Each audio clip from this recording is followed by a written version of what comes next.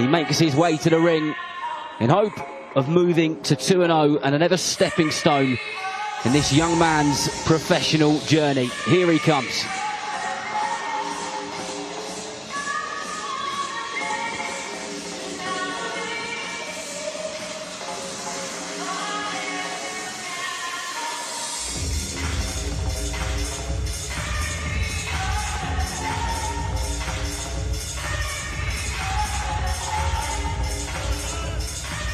Ladies and gentlemen, welcome to a great night of World Championship Boxing from the M&S Bank Arena in Liverpool, England.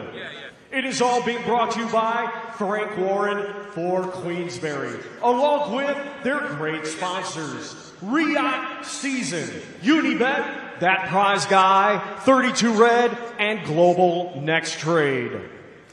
When the bell rings, our referee in charge and scoring the contest will be Mark Lacy. Introducing first, fighting out of the red corner, he comes to the ring wearing black with white and weighed in officially at 158.12 pounds. Hailing from Swindon, England, he is a veteran of 41 professional bouts. Let's welcome Jensen Irving! And his opponent across the ring, fighting out of the blue corner. He comes to the ring wearing gold, black, and gray, and weighed in officially at 159.11 pounds.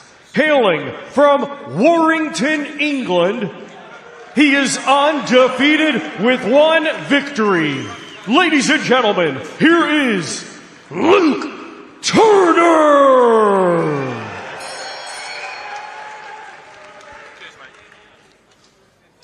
Okay, boys, both know the rules. Want you to obey my commands. Tell you to break clean. Defend yourselves at all times, boys. Yeah. Just gloves. Good luck, boys.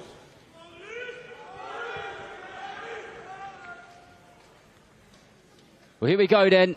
Here is the start of a cracking night of boxing. In the red corner, in the black and white shorts, Jensen Irving. And in that blue corner with the black and gold sparkly shorts is Luke Turner. There's another Luke ringside from a different sport. Luke Littler is here from the world of darts, the current world #1 and world champion, here to support his friend Luke Turner. You're joined by myself, Darren Rees, Josh Taylor and Nathaniel Collins. Good evening, gentlemen. How are we? Yeah, we're good. Good here. Always looking forward to a nice fight night in Liverpool. It's always a good night. Great fighting city. And Nathaniel, a nice steady start from Luke Turner here, just edging forward on that front foot of his. Yeah, he's looking good, looking powerful and in great shape, so he is. This is the first time I've seen him, so I'm looking forward to seeing what he's got. Trains down at the Everton Red Triangle Gym with Paul Stevenson, and hopefully for that gym they'll be wanting, obviously, those positive vibes to be going back to the changing room as Turner just starts to unleash a few punches and Irving takes these on the ropes here. Yeah, definitely. He's keeping good company at the Everton Red Triangle, and they've got 4 on tonight, is it? So yeah, you want your first one to get off to a good win and bring the vibes back to the changing room. That's it. It's all about that kind of domino effect, isn't it? Positive vibes all round as Turner putting in a mature performance here, just trying to suss his man out, get his distance right, gauging it, and that was a nice left hook upstairs and one down to the body.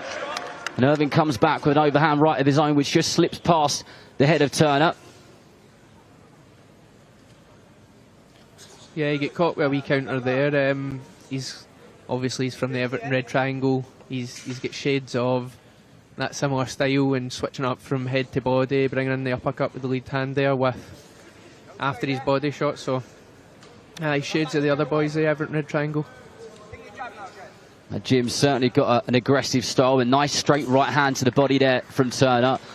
He's just following his man around the ring at the moment and getting him into all the right places at the right times, but can he make the most of it and capitalise on it? At the moment, he's taking his time, Josh. Yeah, he started nice and positively here, and he's shown a good variation of punches here. He's a bit of a league above his opponent here, but he's shown good maturity and not rushing his work and rushing in and rushing his work. As as I said, that he's got a couple of wee left hook there. But no, he started off well. He started off well. He started this round. It's been a nice, good round for him.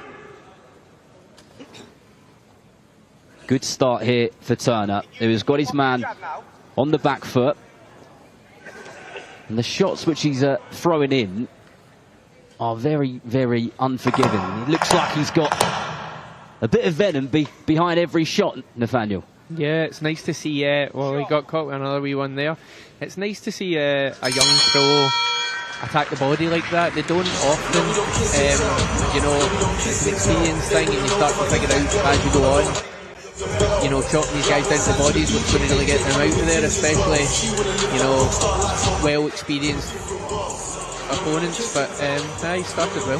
He has started well, and Josh, it's good to see somebody so young, 21 years old, only 1-0, kind of just approaching a fight when he's got a decent crowd here in the right way, because, you know, Nathaniel was saying just beforehand how he kind of almost got a bit carried away because you've got your fans there and you want to get the job done and whatever else. It's good to see from a youngster. He has shown nice maturity here, and he's shown quite good patience as well. You know, he's obviously a league above his opponent here, but he's shown nice variation to his punches and poise and patience, which is good to see. Well, let's see what round 2 looks like for Luke Turner. You just saw a moment ago Luke Littler on screen. You just joined us. Welcome along. This is fight 1, so you haven't missed too much so far. We've got 6 fights on the prelims before the main event, or the main broadcast starts, if you like. And then there is one after the main event as well. So a proper stacked card of boxing as Luke Turner goes to the centre of the ring and just looks at Jensen Irving and says, this is my centre of the ring and I'm going to be keeping hold of it, just like I did in the opening round. And there's that straight right hand to the body again from Turner, which is good. And he's really holding his shape well. Yeah, he's jab and then stab to the bodies. It's a lovely wee combination there, and he caught him right in the solar plexus at the start of that round there. And he needs to, I think what he needs to be a little bit careful, especially if he goes through, when he starts going through the levels of opponents, is taking his head off that centre line. His head's very static while he's punching. He's got good combinations, good variation of punches, but when he's throwing, he needs to maybe start taking his head off to the sides every now and again and off that centre line, so his head's not the target. It's a good observation, Josh, and there hasn't been too much coming back from Irving. He hasn't really had too much of a opportunity to release his own shots because Turner's just been on him pretty much from the opening bell, and I don't think that's going to change in this 4-rounder. And here he is again with his man on the ropes and just switching it up nicely, head and body, body and head. But he has got to be careful of anything which might come back, and they're good shots to the head upstairs from Turner, and he switches it downstairs with that double left hook to the body. The timing and the rhythm is nice. Yeah, the guy's obviously thrown back just to stay in it, but it's good to see him pile the pressure on here, because young fighters think you just need that perfect shot. A lot of the time at this level, you need to just outwork and outpressure the guy, and the ref will step in. So that looks like what he's going for. It does look like that. He's getting caught with little shots here, but that's what I was saying before there. But he's not really moving his head off the line while he's got him on the ropes here. This is me just being very sort of critical of him. You know, he's putting on a great performance, but he just needs to watch and maybe take his head off that centre line while he's attacking his opponent. He's been caught with a couple of little clips while he's been unleashing his hands. Turner now really getting the opportunity to let his hands go, and how long the referee will allow this to continue unless he does fire back, and he is having a go, still trying to fire back a little bit. But like you said, Nathaniel, he's kind of just to keep himself in it more than anything. The attacks aren't effective at the moment, are they? I think the referee's been very lenient there. He could have probably stepped in at any moment, but it's good because sometimes it's too easy for these young guys to just pile it on and not let them go. So yeah, and do you know what, Josh, picking up from what you said earlier on around with his head basically being in the same place and being open to something which comes back, that's why you have these kind of levels of opponents and you step up ever so gradually, because otherwise you find out the hard way, don't you? Absolutely, yeah, but it's sort of like a catch-22 with prospects coming through. You don't want to give them a too easy in a fight, because then they're not really learning much. You know, you want to sort of give them a little bit of a challenge, maybe catch them a shot here and there so they can work on the little mistakes that they're making. And he obviously is level above his opponent here, but he is making a little bit of mistakes, and he is getting caught while he has his opponent on the ropes with the odd shot here or there. So he'll have that to learn, and that'll be an area to improve on going forward. Yeah, and do you know what? He'll absolutely watch his fight back, and so will his team, and they'll be picking up on these bits and pieces, the stuff which he did well, the stuff which he needs to improve on, and that's what it's all about as we go into round 3. Yeah, sometimes, sometimes fights like this can be dangerous, where you actually just don't respect the opponent enough or respect their power. And obviously he's got this guy in the ropes and he's unleashing, but he is getting caught, like Josh is saying. But, early on, and with this kind of stage you've got, you sometimes just don't care what's coming back. Yeah, that looks like it seems to be the case. I know from speaking to fighters over the years, and sometimes, depending on who you've got in front of you, it's hard to get yourself up for it, isn't it? To get your motivation and to be kind of the best version of you. But Turner doing well here, very well. Absolutely, there is that as well. But this is the start of their journey where they want to achieve their dreams and goals of becoming world champions and picking up titles. So this is the start. This step is just as important as winning a world title. Yeah, absolutely. When I was young and fighting guys like this, there was no. I didn't need to get motivated for it. I was like, look, Turner here, so excited to get in there and just do damage to people, and that's what it looks like he's trying to do. And same kind of thing. You never care what's coming back. You just want to.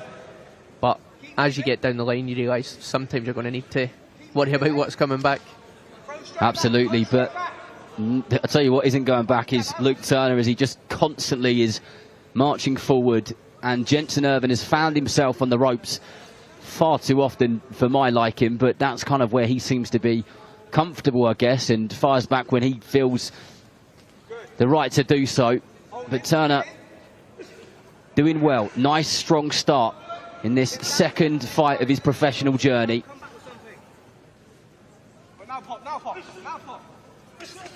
Good body shots there from Turner. Straight right hand down to the body, and he whips that left hook in, which is a nice shot of his.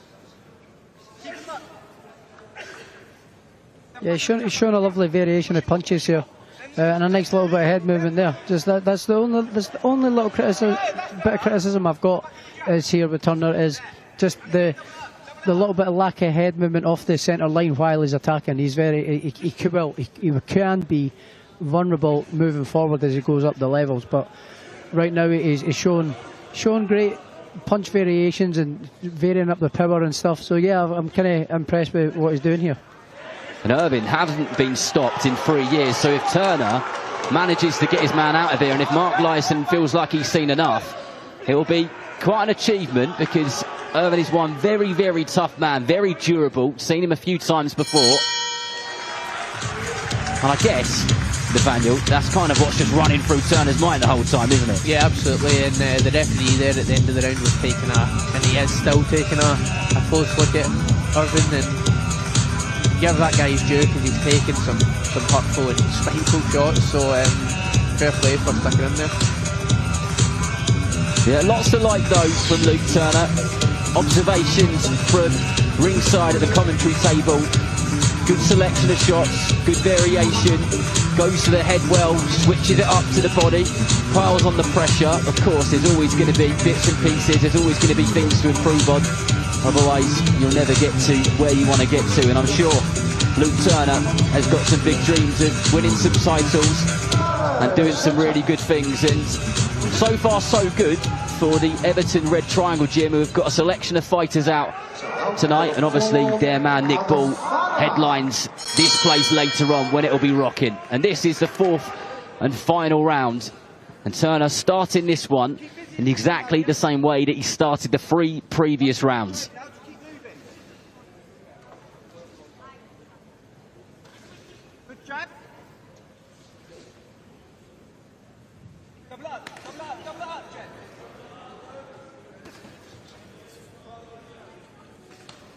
Lovely left hook to the body. Lovely.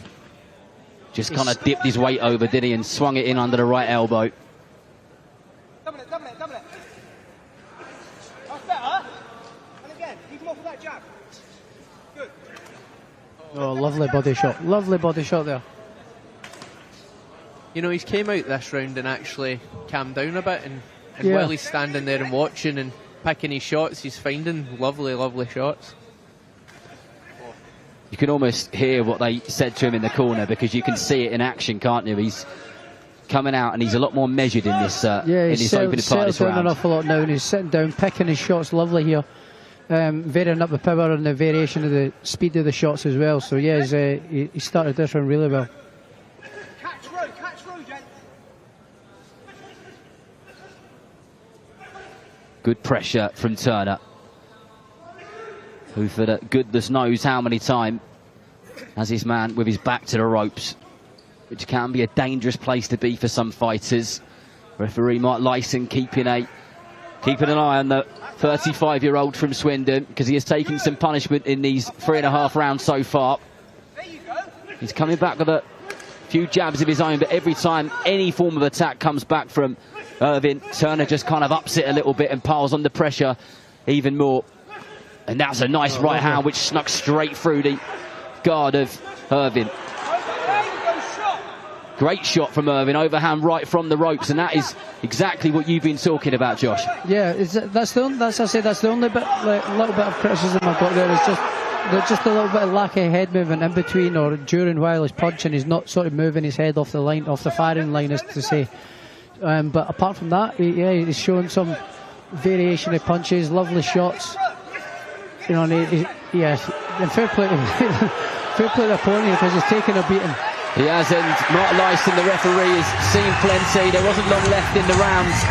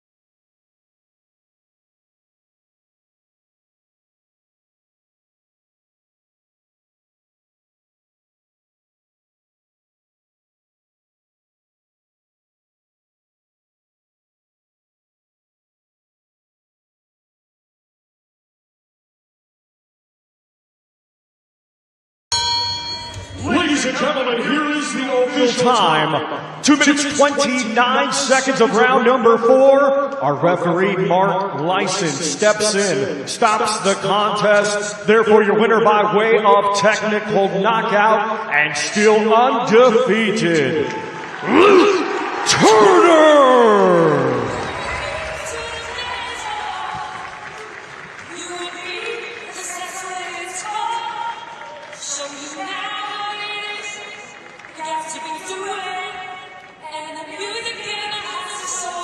Very well done to Luke Turner, who gets the stoppage in his second professional fight, his first stoppage win in his career so far.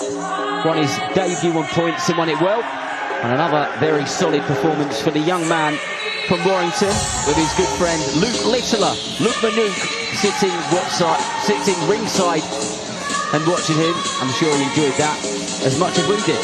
But this is what we've got coming up in just a short while.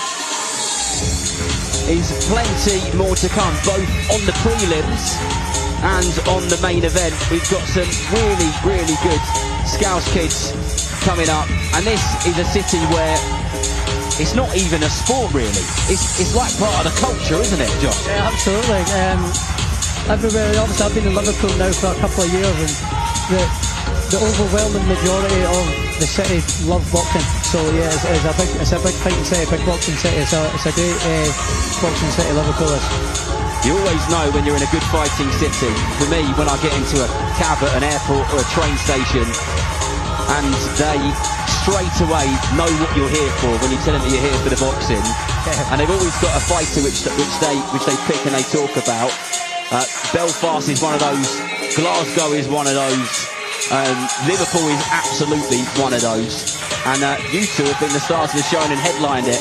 So it must be an amazing feeling when there's, you've got a big kind of fight feel in the city which you're fighting in. Yeah, I'm just, Josh is the man, so he's experienced it a lot more than me. Last time I got my first, big headliner at Bray Head, and it was an experience that I literally could not describe in words. Nobody will ever understand that experience unless they've lived it. And even I never headlined the last 2 fights ago in the Hydro. I was on Josh's undercard, but even to walk out and everyone was there and the arena's full, what an experience. Yes, I mean, and it's unbelievable just kind of being someone who's lucky enough to sit ringside and watch it and commentate on it, or even as a fan. Like, if you could bottle up what you guys have experienced. Yeah, it was just the way to say that,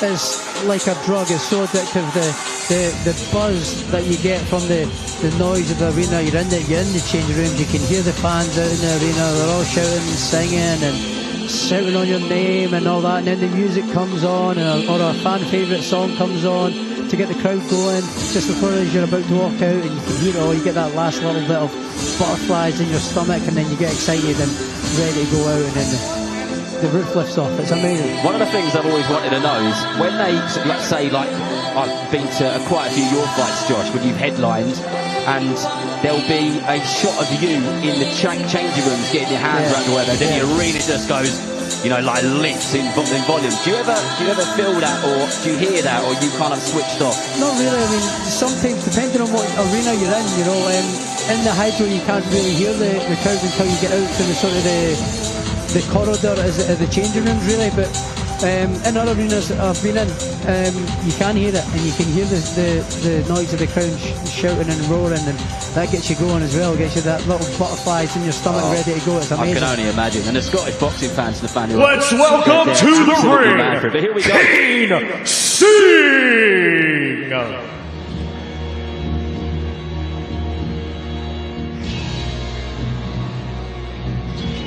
Our second fight is almost underway, and here is opponent for William Burchill. It's Singh, the 28-year-old from Middlesbrough, who generally finds himself in the away corner. He picked up a couple of good wins recently, and his record is he's better than what his record suggests, I would say. And now let's welcome to the ring, William Burchill.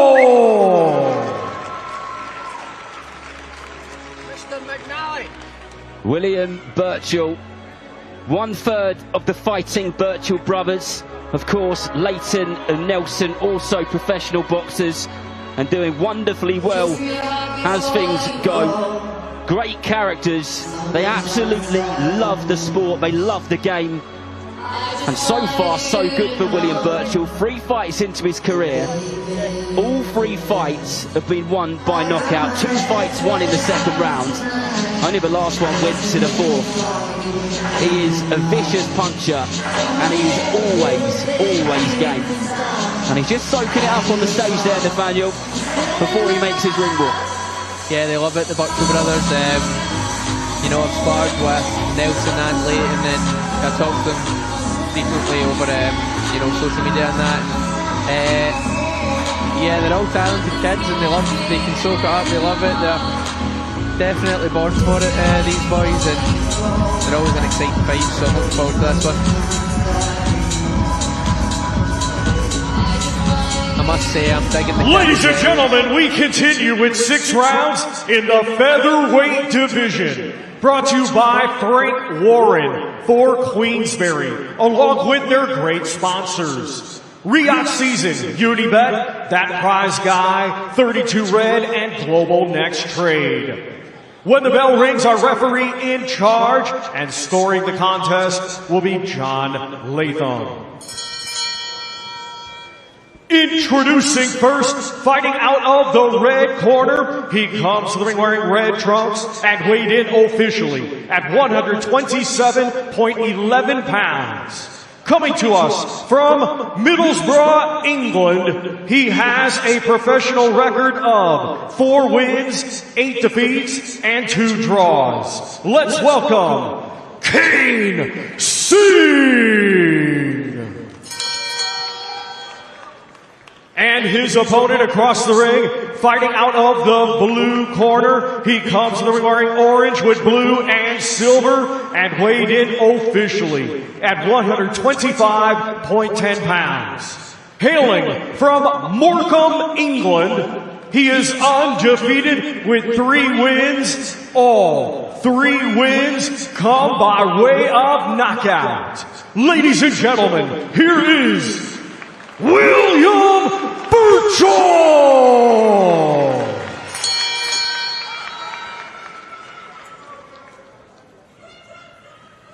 Right, lads, you're expecting you both. You obey my instructions at all times. When I tell you to break, you both break clean. Defend yourselves at all times, and the best luck to you both. Touch gloves.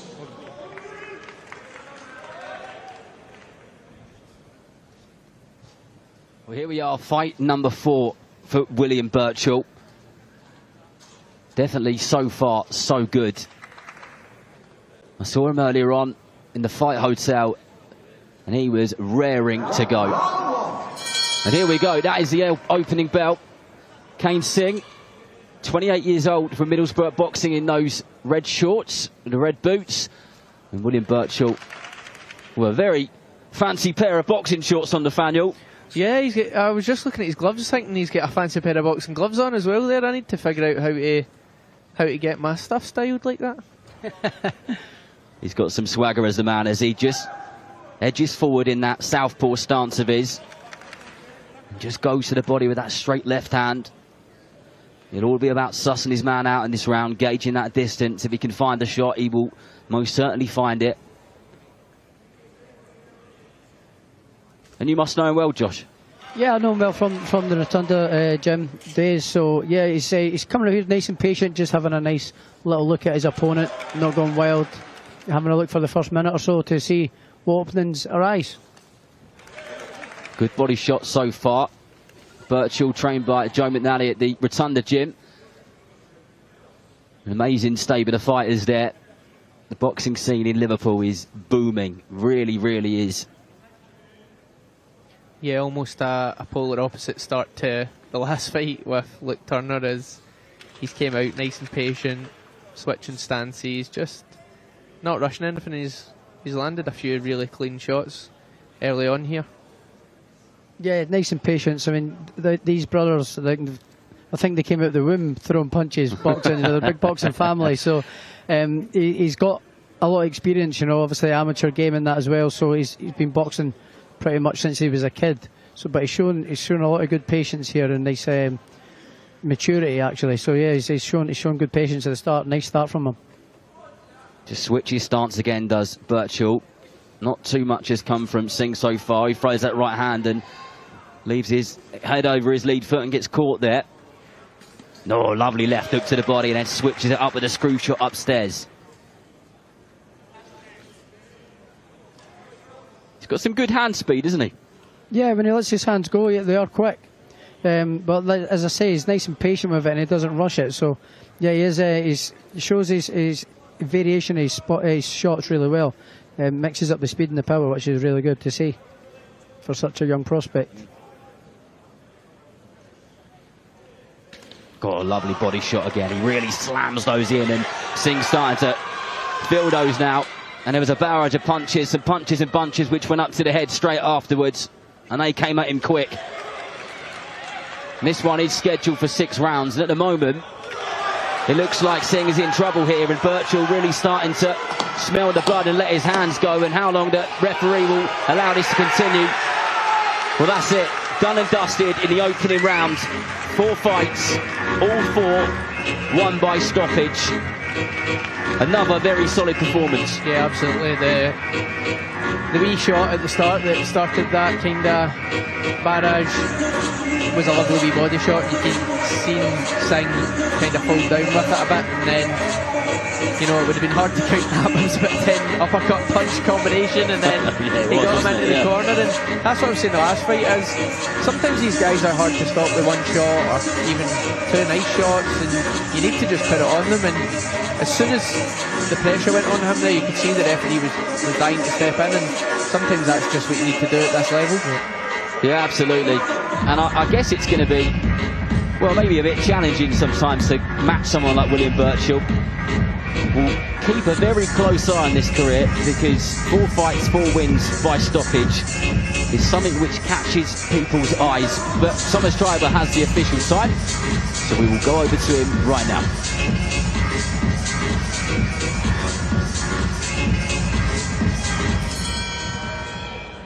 Ladies and gentlemen, here is the official time. 2 minutes 55 seconds of round number 1. Our referee, John Latham, stops the contest. Therefore, your winner by way of technical knockout and still undefeated, William Burchill!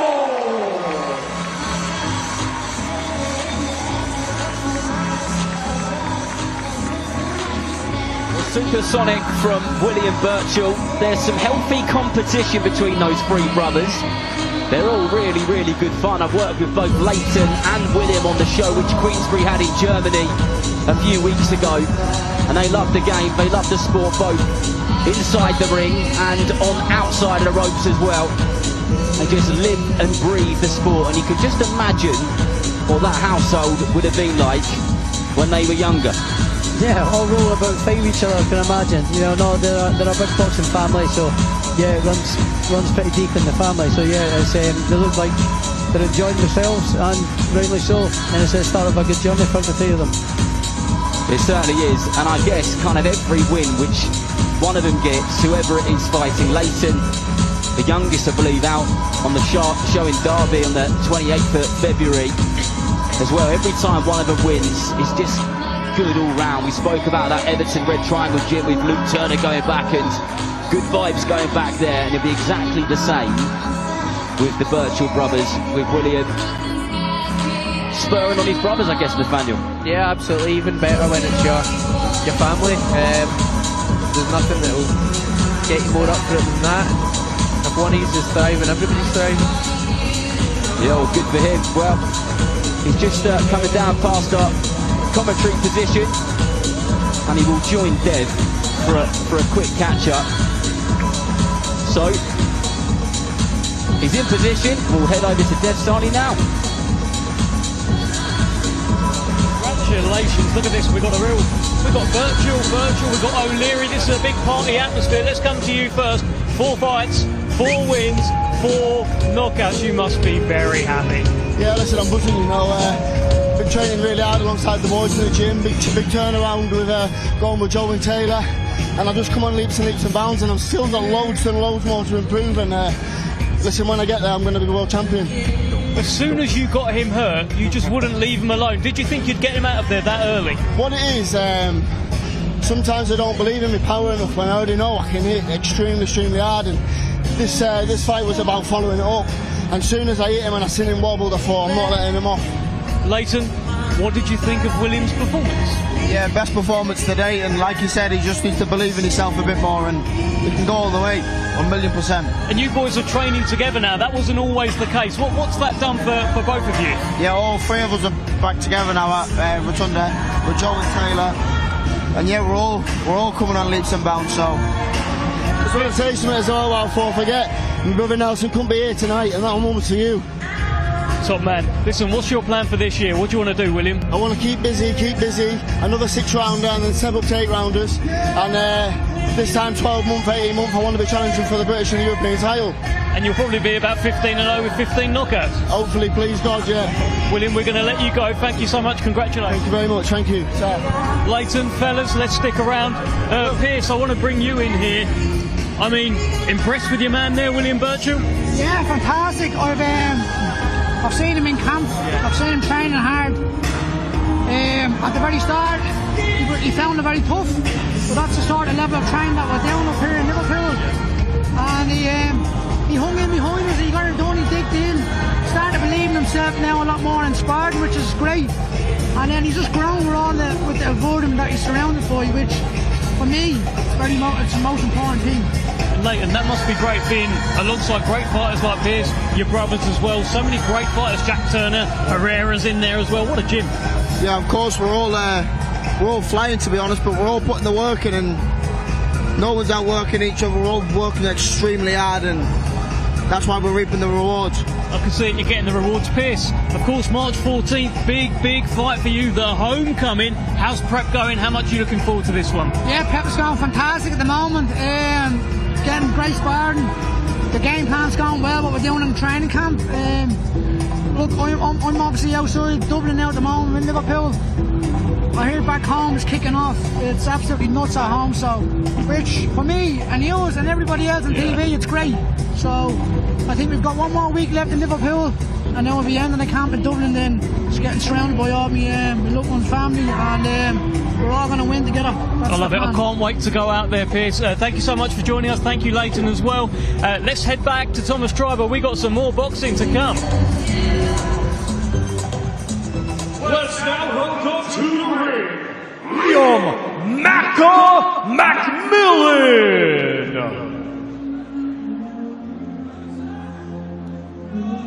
Well, the action continues, and this man is Liam MacMillan, 29 years old, based in Hull. He kicked his career off in winning ways. Been looking for a victory recently. He's definitely got his work cut out tonight, but I'm sure he will most certainly give it a go.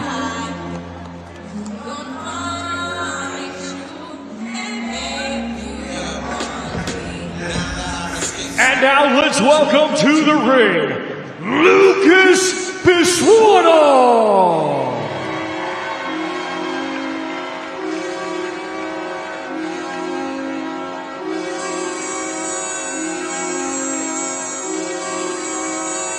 Lucas lights out Biswana, hugely talented. He was an elite amateur and a very hard-hitting amateur as well. Another one of those Everton Red Triangle gym members. And my goodness, is he nasty when he gets going. This is fight number 5 for him. Ladies and gentlemen, this bout is scheduled for 6 rounds in the welterweight division.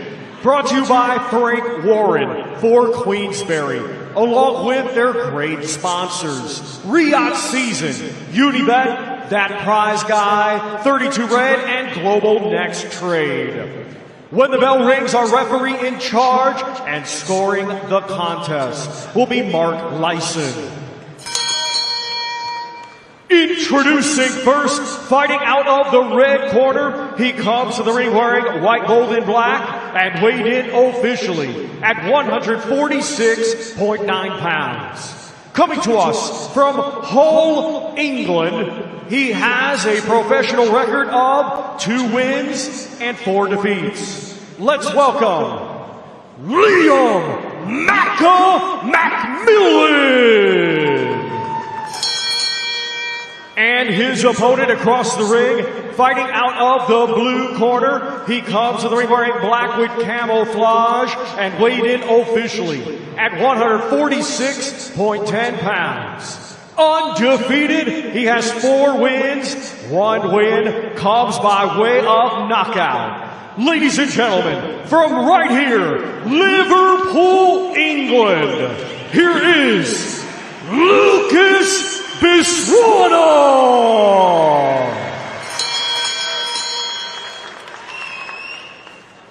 Okay, boys, both know the rules. I want you to obey my commands. Tell you to break clean, defend yourselves at all times, boys. Just go up, boys.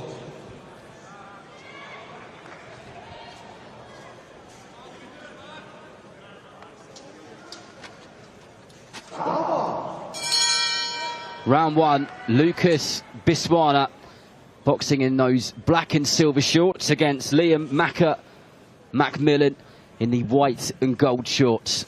Biswana out of that same gym as Nick Ball, Andrew Kane, Luke Turner and plenty of others.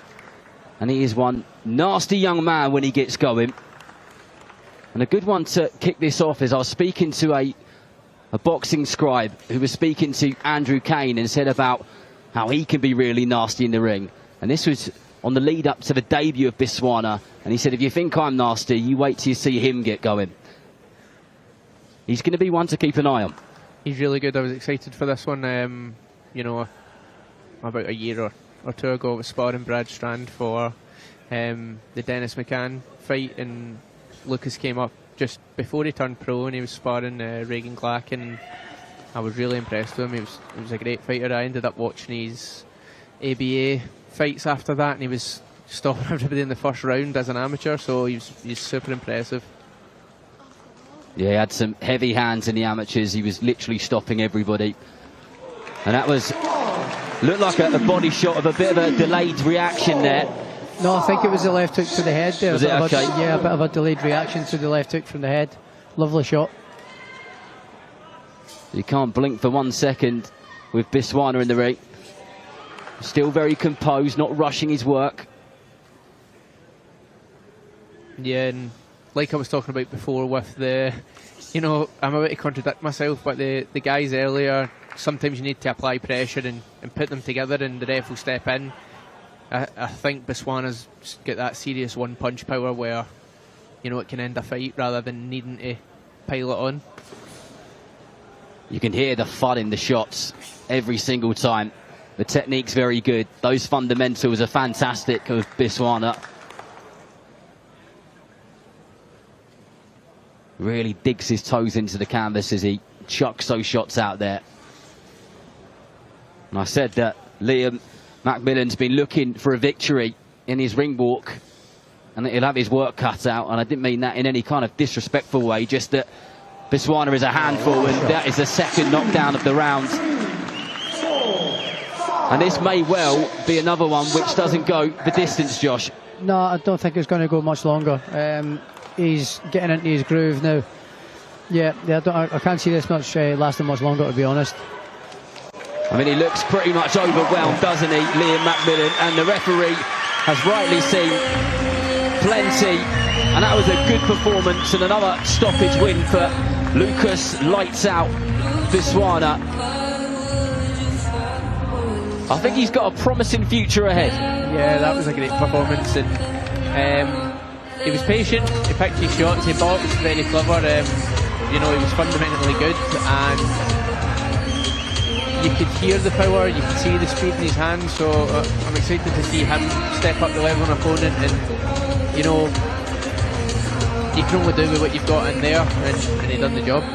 You can really see that amateur background, can't you, Josh? Yeah, he's well skilled, very well skilled. He's got all the moves, all the attributes. And what I like from there as well, I see in there that there's a little bit of spite as well involved in there, which is what you need in abundance. It looks like he's got it in abundance, so you need that in this game, in this pro circuit. You need that killer instinct, and it looks like he's certainly got that. Yeah, he's certainly, spiteful is a really, really good word to use of him. He's just very cold in that boxing ring. But Thomas Schreiber has the official time, so we shall hear from him right now. Ladies and gentlemen, here is the official time. 2 minutes 46 seconds of round number 1. Our referee, Mark Lyson, stops the contest. Therefore, your winner by way of technical knockout and still undefeated, Lucas Biswana.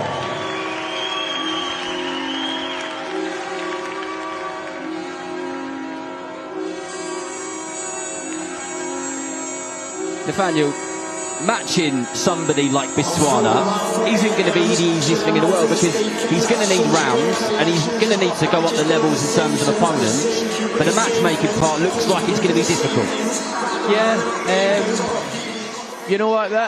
It can be a controversial subject, that, because there's this kind of big thing about protecting the younger fighters and letting them work their way through. Whereas, you know, sometimes with guys like Biswana and, you know, somebody of his calibre, you can't hold them back too much. And, you know, no disrespect, but his opponent tonight, you could see the difference in their shape and their preparations, and sometimes you need to get them, you know, somebody that can hold their own, you know. Yeah, you don't need to be holding guys of that calibre at this level for too long. And if anything of that happens, it's then a hindrance on their career. They need to be progressing through the levels a bit quicker. Super. Well, Dev is joined by the darts world champion, Luke Littler. Yes, thanks, Darren. Not just Nick Ball, the world champion here today. We've got another one, Luke Littler. What brings you here, Luke? Yeah, the first fight, Luke Turner, very good mate to him. His dad and my dad go back from when they were very young. And yeah, that's why I'm down, but hopefully I can stay for the main event. I think your seat is probably safe. Yeah, it was quite a tear-up actually for Luke, wasn't it? What did you make of the performance? Yeah, even Luke just came over and said he was tough. Yeah, he said every match is going to be a step up. But yeah, I think Luke's only just getting started. He's been doing boxing his whole life. Even when I tried it years and years ago, Luke was always in there. But yeah, well done to Luke, and them 2 last knockouts have been very good. Yeah, very good. And what do you think about the main event? Nick Ball, he's a world champion from this country. He's about this big, and his opponent's this big. It's quite the fight, right? Yeah, well, we know Nick, he loves the bigger fighters, because he'll just go in and he'll go after them. But yeah, I've said Nick Ball knockout. Oh, you're going for the knockout? Yeah. Okay, I mean, look, that's the official Luke Littler prediction. Are you looking forward to anything else on the undercard? Andrew Kane's there, Jack Turner's there as well. Big fighting city here, isn't it? Yeah, I didn't look at the card coming up today. Rushing from Old Trafford. Yeah. But yeah, I've seen it, and there's some very good fights. And like I said, them last 2 lads who just won by knockout, very good. What about yourself then? I mean, I keep hearing rumours that maybe you're going to have a fight one day. Are you? I mean, I'd love to, but the missus does not want me to. I'd love to. Would you actually? Would you? One-off, yeah. A little one-off, little misfits, one of misfits, yeah. Who would you fight? Anyone. Anyone can get it? Yeah, anyone. You're like Daniel Dubois now, aren't you? Okay, listen, Luke, we're going to let you go. Go and enjoy your night, and I think your seat's just going to be there all night. Thank you. Go and enjoy. Appreciate it. Thanks very much. Thank you. Let's head back over to Thomas Schreiber.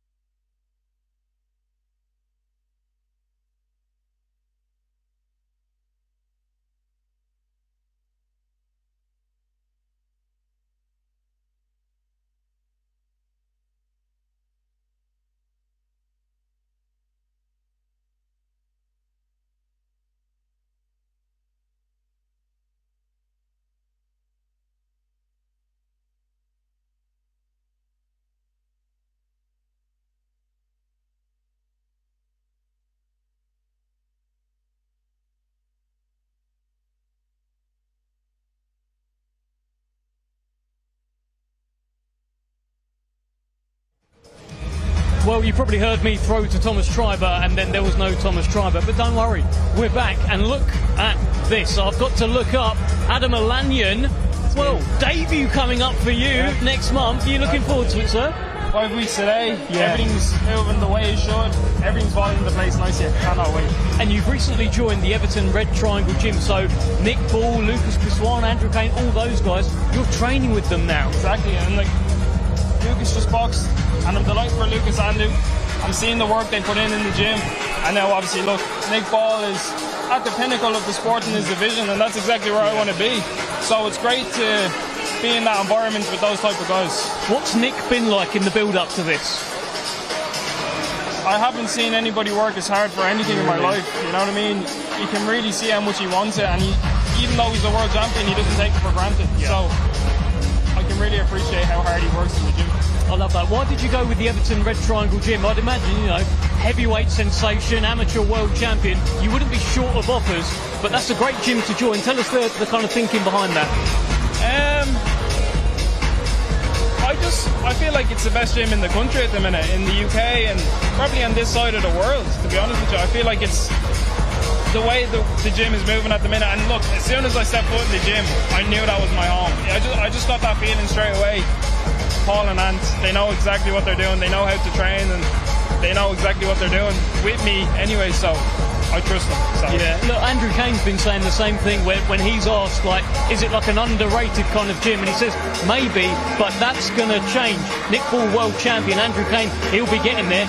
You'll be getting there before long as well. Yeah. It's a great place to be. But tell me about this then. So how are you finding the kind of transition amateur to pros? Are you having to change things in your training?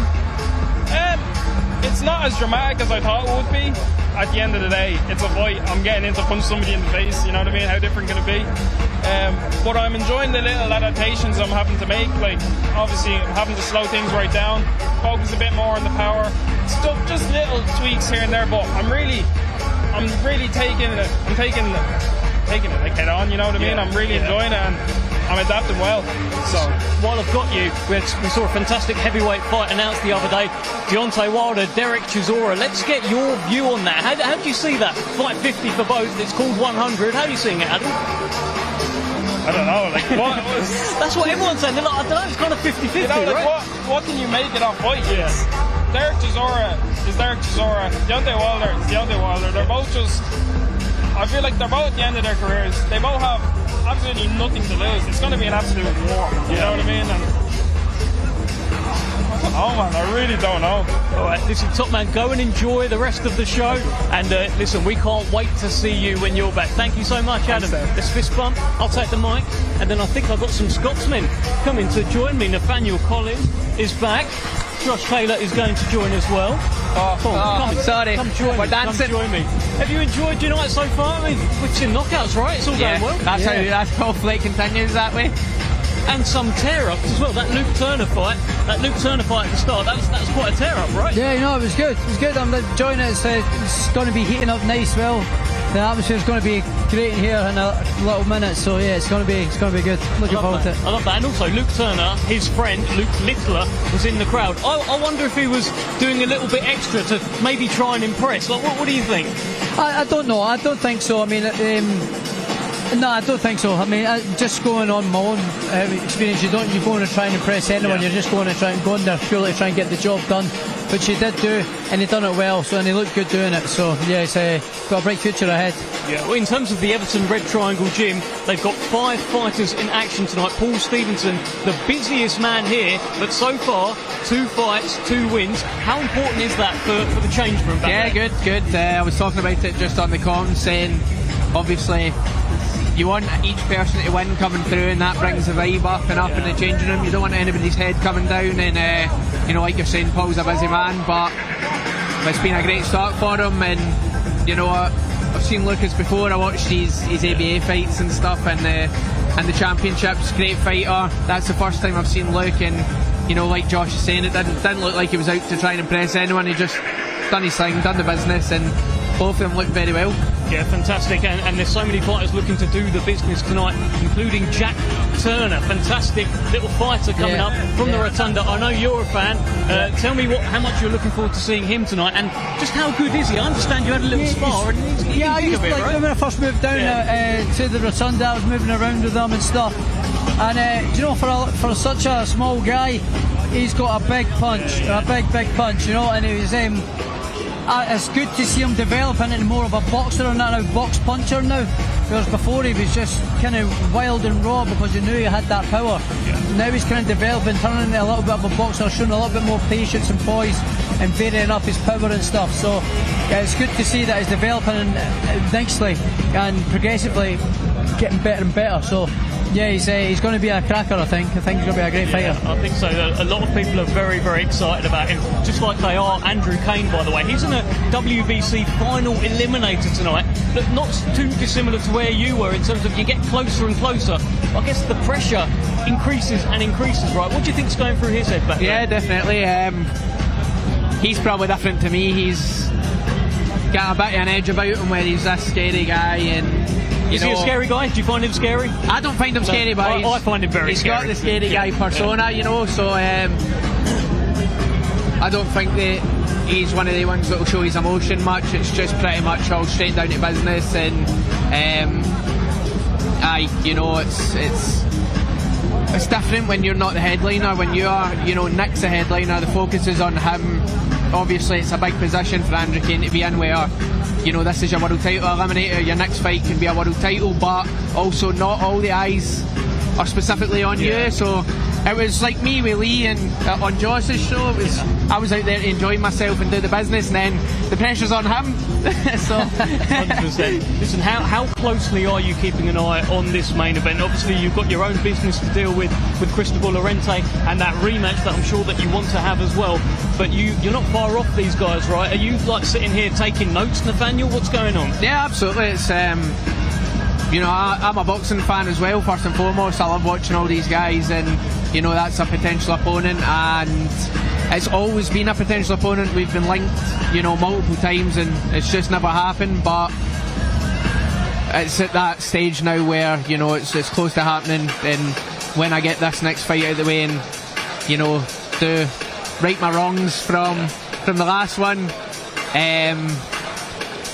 it's probably not too far away that what people think. Have you had a rematch before in your career?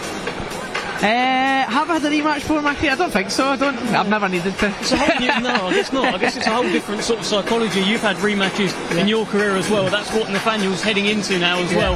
I guess there's a lot that goes into that mentally to prepare for it. Yeah, of course. And obviously I think just knowing, I know Nathaniel pretty well, but going on his mentality and his winning mentality, he's going to want to get back in there and get the job done properly this time, you know, so he's going to finish that and put it away and say, right, a little bump in the road, right, we're back on track and let's go into the big fights and try and get that world title. So yeah, I knew that's what he was going to want to do after that fight straight away. He's going to go and get that rematch and get it done and get the result and then move forward. And we'll be watching, we'll be waiting for announcements, can't wait for that. How are you seeing this featherweight division right now? We've got four different world champions, four very different fighters as well. Yeah, I love it. It's anyone's game really. It's you're looking at these other weights. Shakur just fought. You know, if Shakur's right your weight, he's dominating the now, you know that's kind of the guy to beat. You've got, you know, or you've had people all through the weights. Crawford's the guy to beat at any weight. Canelo's the guy to beat. There's always a one certain guy he's the guy. Whereas is it our weight? As anybody can be the guy. It's not decided yet, and you know, there's exciting fights there in the future, not just for myself but everyone, to start mixing it up. And yeah, I think the next year or so in the featherweight division, it's already been a good few years in the featherweight division, but it's going to heat up nicely. Yeah, and what's been nice to see, there was a moment in time around August last year, Nick Ball was the only male world champion in the UK. If he'd have lost to Sam Goodman, we'd have had no male UK world champions. We've now got 6. Yeah. Things are moving well, Josh. Yeah, great. Is that British boxing's in a great spot at the minute. You know, we've got the world champions, but we've got the guys that are coming up, just fringe world level ready to come up as well. So we could have hopefully double digits world champions again soon, you know. So the British boxing's in a good place. It's in a healthy spot at the minute. Yeah, no, I can see it. And Hamza Shiraz, he's got his world title shot soon. I'm sure Denzel Bentley will be the same as well, and I'm sure yourself soon as well. British boxing's in a good place, right? Yeah, amazing. And I was just about to mention that. You took the words out of my mouth. With Hamza had almost a pick at what world title he had a chance to get, and there was another couple, but like you're saying, it was Nick Ball just a year ago, and now it's flying. And you know, Dalton Smith's performance unbelievable, and you know, even Josh Kelly and these guys some of them are not given a chance, and it's remarkable that they're going and taking the belts off champions. So it's great, it's good. There's motivation for me who's at that level, just about to step in there, and you can think, oh, by the way, these guys are doing it. It's not too far out of reach. Tell me this, we've seen Brandon Figueroa come over this week. Of course, he's the main event. He'll be taking on Nick Ball. Sometimes I see away fighters come over to the UK. Maybe they've got their coach with them. Maybe they've got someone else, a couple of friends. Yeah. Brandon Figueroa seems to have brought over his whole family. They're coming over here for a party, Nathaniel. And you should be. You need to come over and believe that, you know, he's the guy to beat, Ball's the guy to beat. You need to come over and think, I'm coming to beat him, I'm coming to do my job in the business. Because if the shoe was on the other foot and you want to go to America or you want to go to wherever, how are you turning up there, you know what I mean? And if that's how you're turning up, that's how they should be turning up here as well.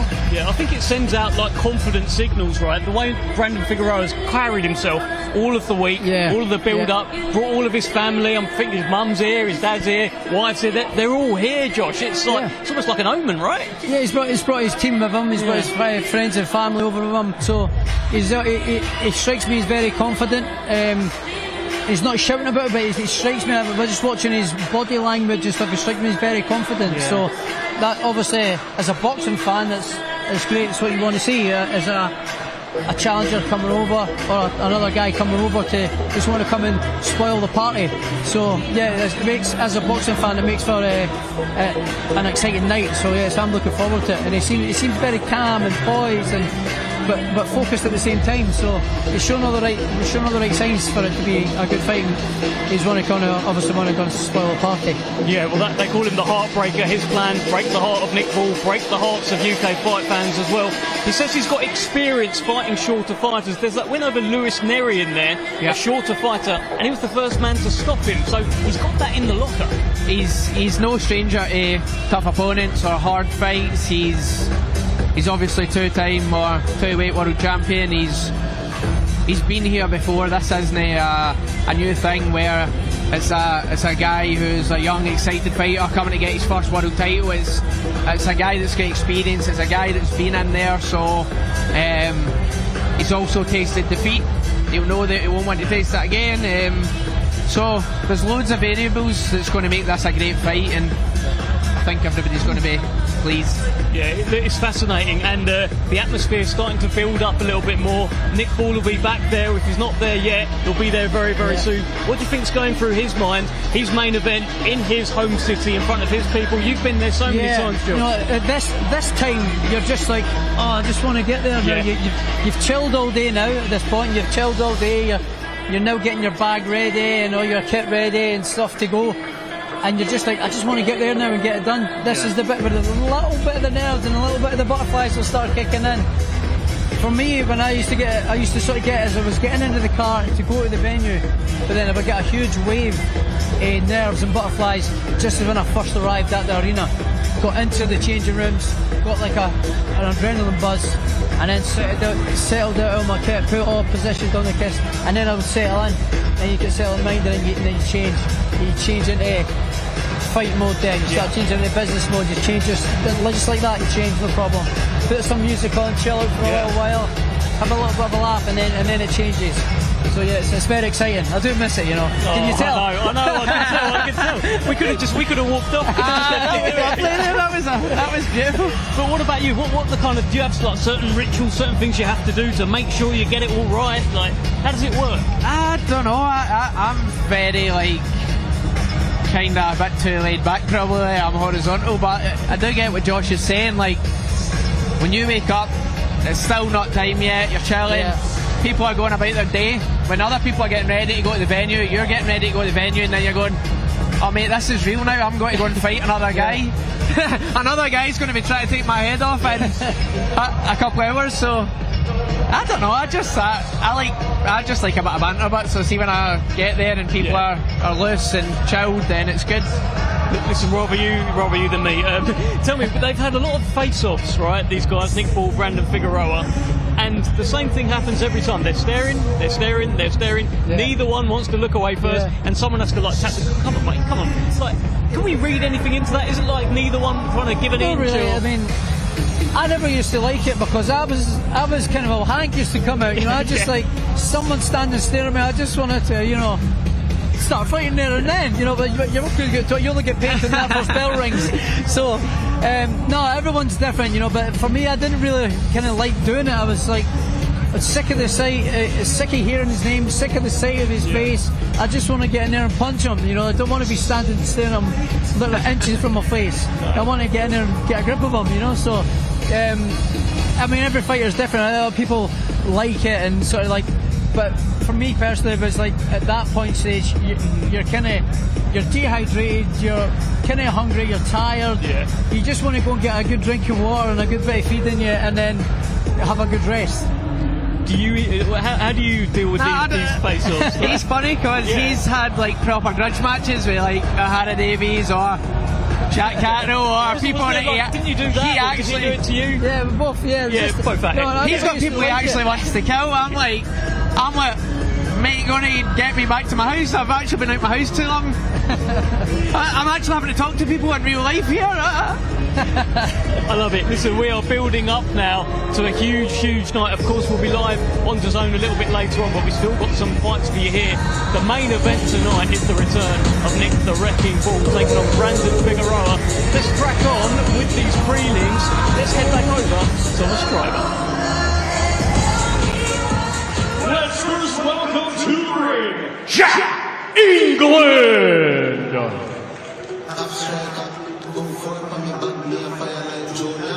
Well, blimey, what a start to the evening. We've had 3 fights so far. All 3 have been won by stoppage. How will this one unfold? The man making his way to the ring now is Jack England.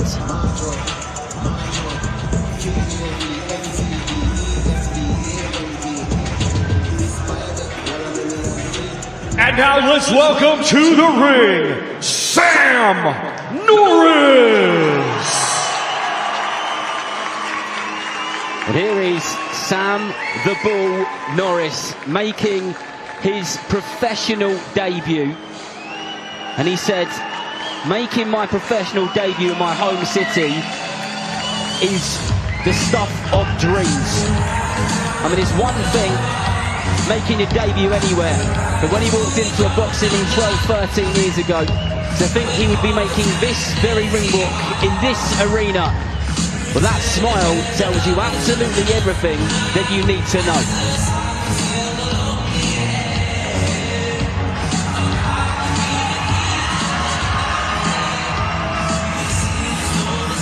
Ladies and gentlemen, this bout is scheduled for 4 rounds in the super featherweight division. Brought to you by Frank Ward for Queensberry, along with their great sponsors. Riyadh Season, Unibet, That Prize Guy, 32 Red, and Global Next Trade.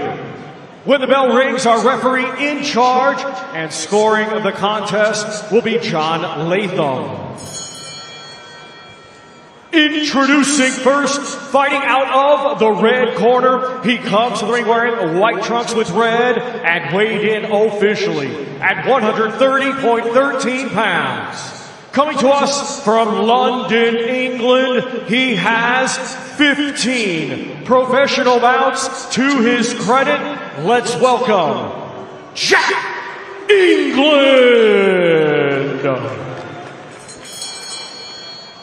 And his opponent across the ring, fighting out of the blue corner. He comes to the ring wearing black with blue and weighed in officially at 134.4 pounds. Hailing from right here, Liverpool, England. Tonight, he makes his highly anticipated professional boxing debut. Introducing Sam Norris.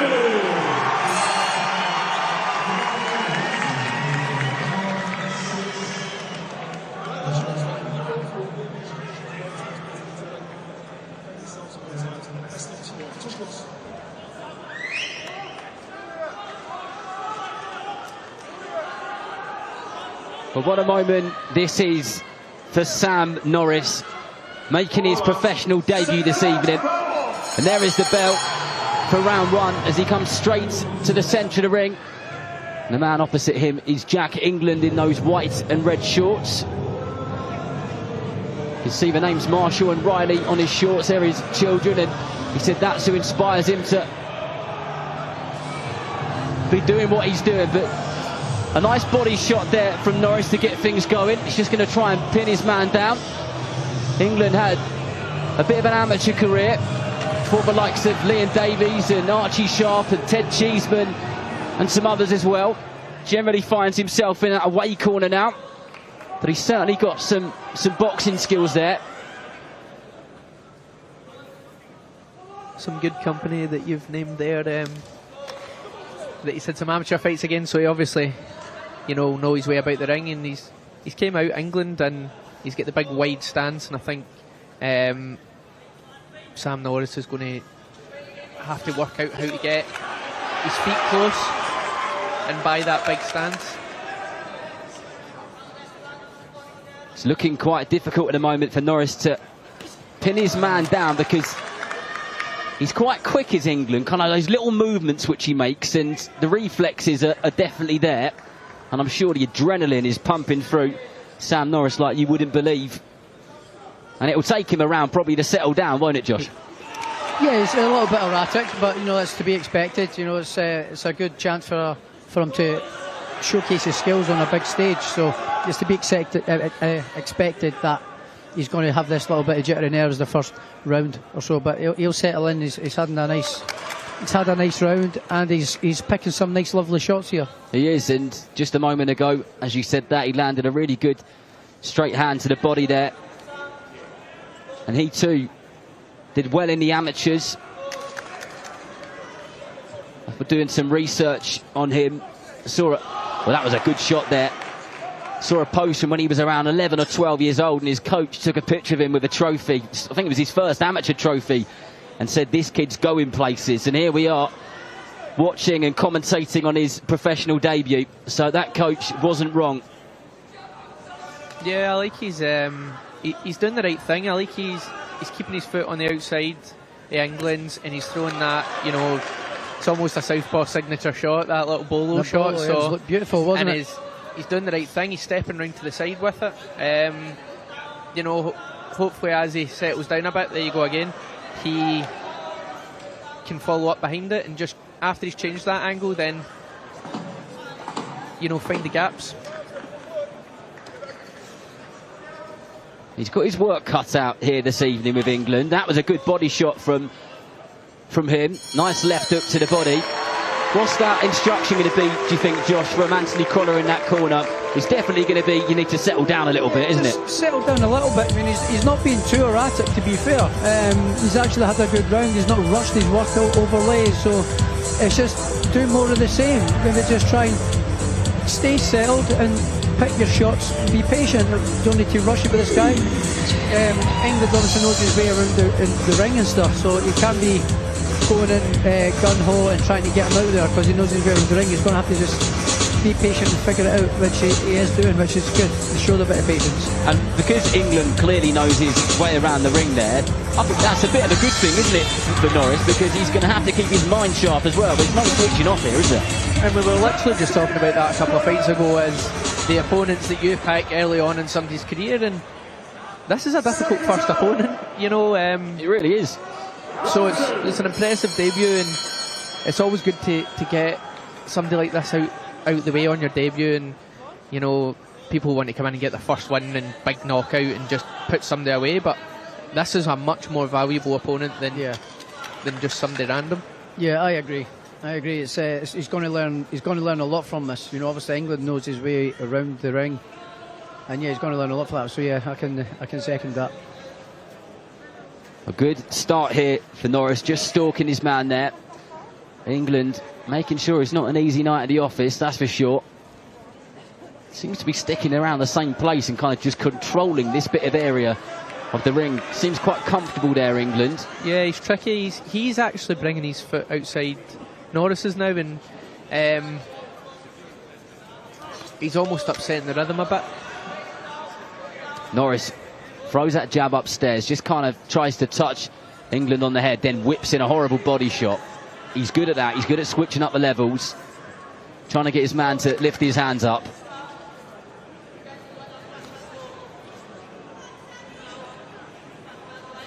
Yeah, this is a great debut matchup for him. You can see he's having to think and work his way open and to see the openings of the shots and stuff. So this is a great debut for him, a great opponent for him to learn off straight away. Yeah, I'm impressed by this. There's nothing worse. Maybe it isn't for a fighter, but for spectators, when you've got a really negative opponent in the opposite corner, and one of those kind of literally just there to survive, that makes it a hard watch. And I've seen fighters switch off so many times when you've got someone like that, but this is good. England is keeping him well and truly on his toes there, and Norris just starting to let his hands go there, but England tries to grab hold of him and nullify the attack. Yeah, and he knows what he's doing with his footwork and, you know, surviving England there. And this is a great matchup. I have to second that with Josh. And it's a shame because sometimes you see these guys' records, you know, what is he, 1-13, and yeah, on paper somebody's going to go and look at his box rec and say, oh, he's fought a guy with 1-13, you know, and actually it's not telling the tale of exactly. He's a very experienced guy and he's performing really well for his debut, and they whipping shots in are actually hurting him. It's a really, you've hit the nail on the head there, Nathaniel. Often these guys are so much better than what their record suggests, and England's proved that already.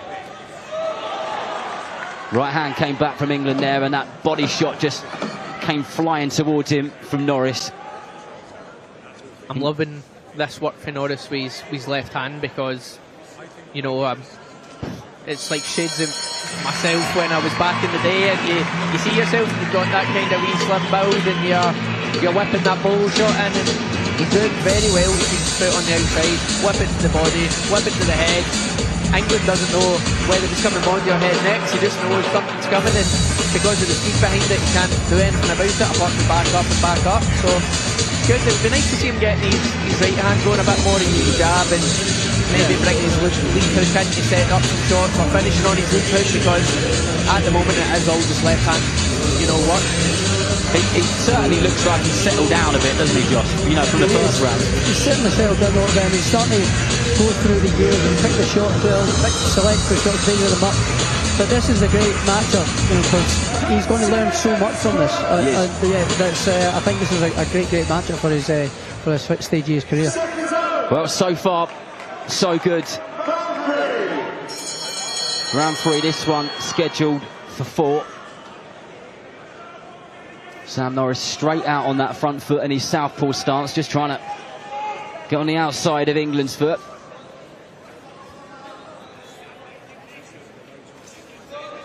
His position and his ring positioning is good as well here. He's cutting the ring off as England's trying to move out to the corner, and he's taking the little step to the side to cut off so he can't get out, which is good. It's quite impressive. His ring generalship is pretty good here. It's good. Nice lunging left hook there, but just landed on the gloves of Norris from England. And England loves that corner. He's practically been in there a lot, but he throws and he misses there. And Norris, his hand speed seems to be increasing as the rounds go by, and he's relaxing a bit more. Yeah, it's good. And again, my only criticism of Norris here would be as his feet are in distance. He's in range and he's not letting his lead hand go at all. Not even a touch to the head, touch to the body, or, you know, that's probably one of the first few times he's brought his lead hook to the body after the left hand. So he seems to be kind of cocking it up to set up his rear hand, but he's, you know, the touches with the lead hand go a long way. Yeah, and I guess he's just going to learn those things, isn't he, as these fights go by. Definitely.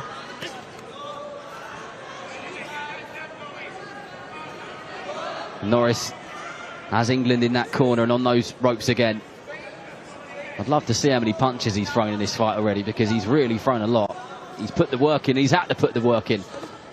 But what's good about England is he's constantly making Norris have to think, and that was a really good uppercut which just went straight through the guard there. And that beautiful body shot, and then turns it over upstairs as well. Yeah, that was a beautiful combination of punching there, and even just a bit of stepping out of distance to land it, and, you know, England's looking quite under trouble. Yeah, he's hurt a little bit here. He landed a couple of good shots, so England looked like he's hurt a little bit there. He's kind of gasping a little bit for wind there. It looks like Sam Norris has found his rhythm here, and his confidence is growing with every shot which he's landing. And just a few moments ago, he was kind of measuring him up with that jab and then just sinking in a straight hand. You know, he's like the first fight, Luke Turner, and he was getting caught off his opponent, and that England's finding it really difficult to actually catch Norris back, even when he's throwing and landing and deciding when he wants to punch. He's taking that wee half step back as his defence, maybe not the head movement, but the half step back, and he seems to have got the distance lovely. He has, and the hands seem really heavy as well. He does look like he's a bit of a puncher, Josh.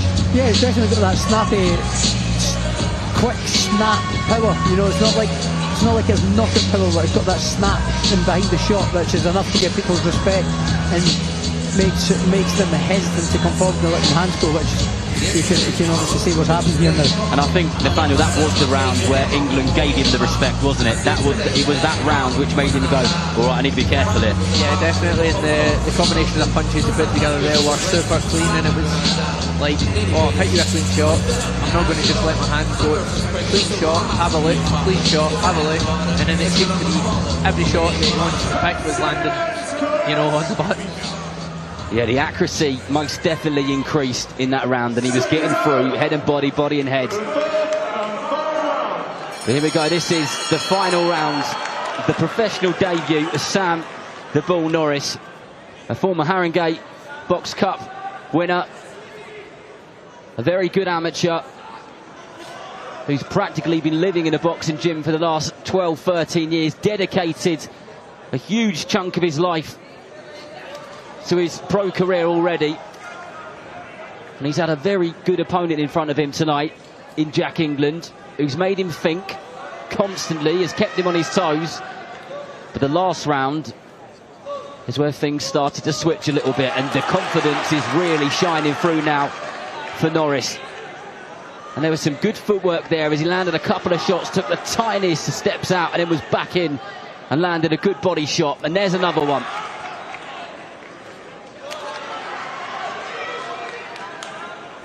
The last round of his professional debut, so hopefully, you know, he came out firing and quick and obviously a little bit anxious, so what he had in the last round settled down and picked his punches. It would be good to continue that here, but you know, as you're going into your last round of the debut and you want the stoppage, you seem to just pile it on, but that can cause mistakes. So it certainly can. And Josh, what you picked up on earlier on about how good he is at cutting the ring off, what we're seeing right now is an exact example of that.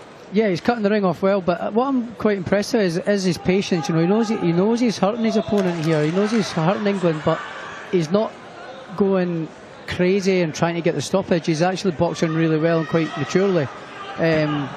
He's maybe realised that he's maybe not going to get him out, so he's just going to get the cruise to the easy points win, but he's obviously still trying to look for it, but he's not like going gun-ho, which is quite good. He's shown quite a bit of maturity, which I'm quite impressed by. It is. It's definitely been a mature performance. And John Latham just having a quiet word with Jack England,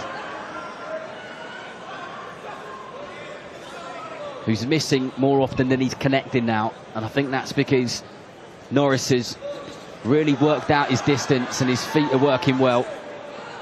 And every time England tries to get hold of him, he's having none of it, is he? Nah, not at all. And you know, his choice of defence is that wee half step back, quarter step back, and he's just making him fall short every time that he wants to try and return.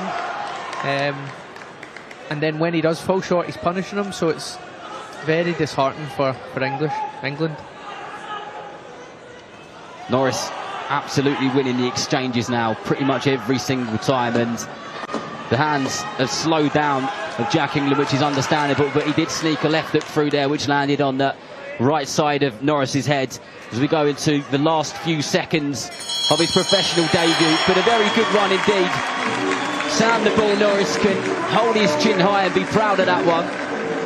It was good. It was plenty for Anthony Crolla to smile about there as his coach, and I think he'll be pleased with that one. That was a great debut against, you know, a good opponent, a well-skilled opponent, rather than somebody that's coming here to be negative or lie down and take a beating. It was, you know, I think England was always trying to actually do something, or give it a dash, or make the moves, or give them something to think about, and yeah, very impressive. It was, and the first couple of rounds were relatively competitive as well, and that's what we'd really like to see. But hats off, we believe it's going to the way of Sam Norris. Thomas Triber has a scorecard, so we'll go to him now.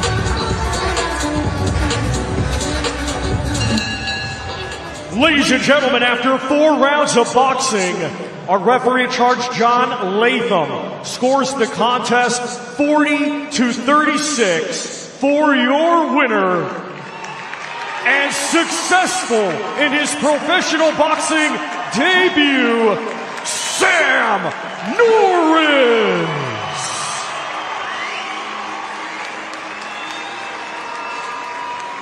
That smile on the face of Sam Norris paints a wonderful picture. Years of hard work and dedication.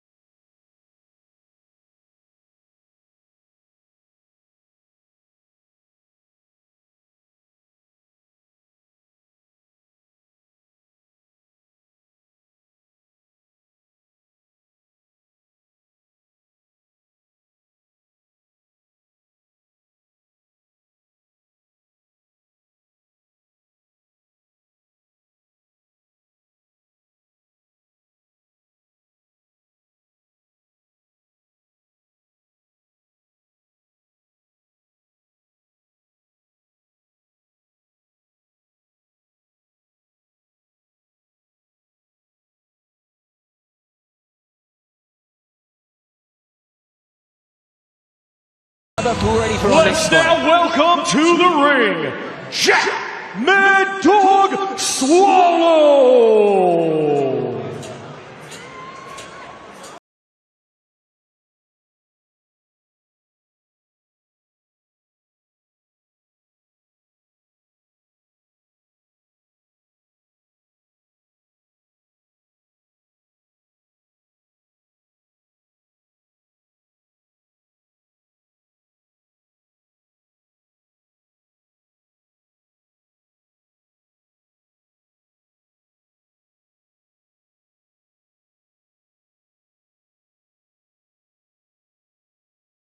And now let's welcome to the ring, Patty Power Lacy.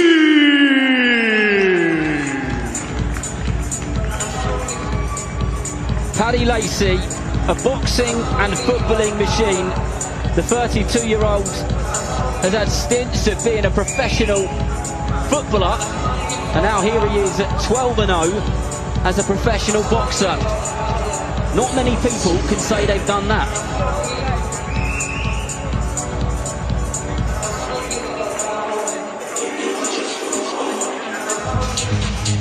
Ladies and gentlemen, this bout is scheduled for 6 rounds in the middleweight division. Brought to you by Frank Warren for Queensberry, along with their great sponsors, Riyadh Season, Unibet, That Prize Guy, 32 Red, and Global Next Trade. When the bell rings, our referee in charge and scoring the contest will be Mark Lyson. Introducing to you first, fighting out of the red corner, he comes to the ring wearing black with sky blue and weighed in officially at 159.1 pounds. Coming to us from Glossop, England, he has a professional record of 3 wins, 3 defeats, 1 draw. 1 of his 3 wins come by way of knockout. Ladies and gentlemen, please welcome Jack Mad Dog Swallow.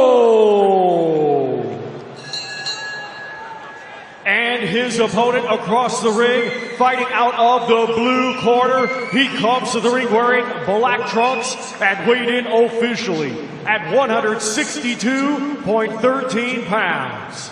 Undefeated, he has 12 wins. 2 wins come by way of knockout. Ladies and gentlemen, from right here, Liverpool, England, here is Paddy Power Lacy.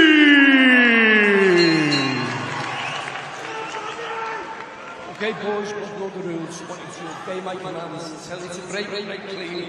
Defend yourselves at all times.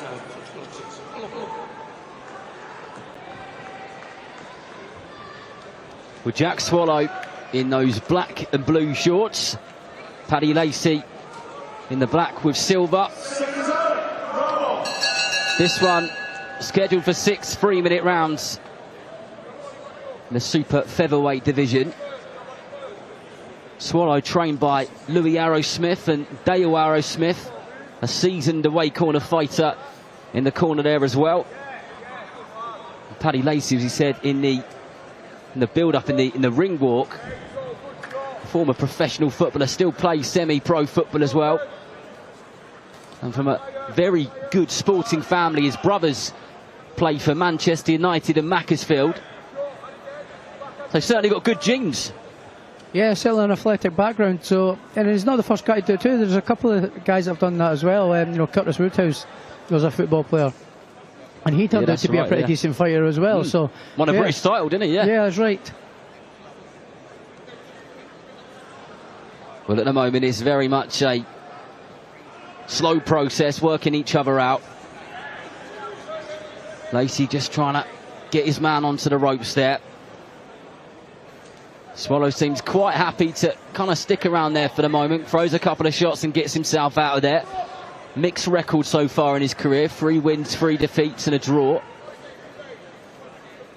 Lacy looking to move to 13-0. 32 years old, so not a spring chicken.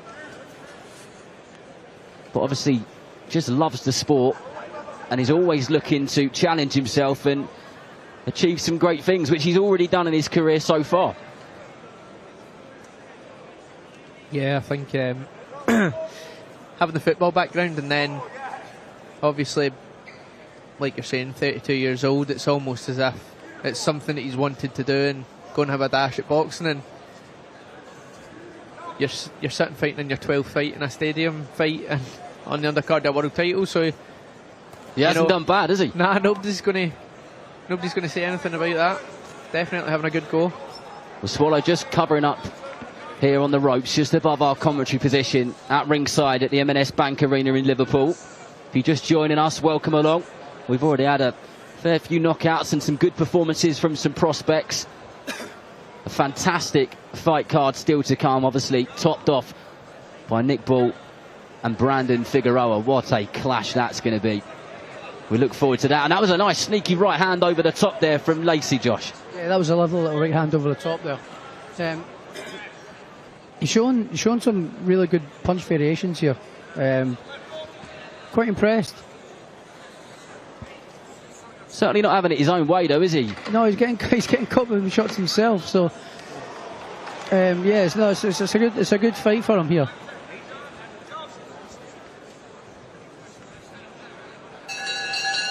They've almost got quite similar styles, Nathaniel. They do, and they're kind of meeting head on, actually, to be honest. It's a good fight, and you know, Jack Swallow in the away corner, but if you actually look at him, he looks well conditioned and he looks as if he's prepared well for it, which is always good to see when you're seeing the fighting in the away corner actually, you know, look like they're taking it seriously. So far, Josh, it looks like Lacy's... It's not going too steady, but he's not really kind of let his hands go yet. Do you think that's what he needs to start doing in the coming round? He needs to start letting his hands go a little bit. Yeah, he's kind of moving around a little bit too much, but that might be his tactic to see what he's got, his opponent's got. So we'll see what's happening. Well, we'll see what happens as the 10-second call is shouted. Both fighters up, ready, raring to go.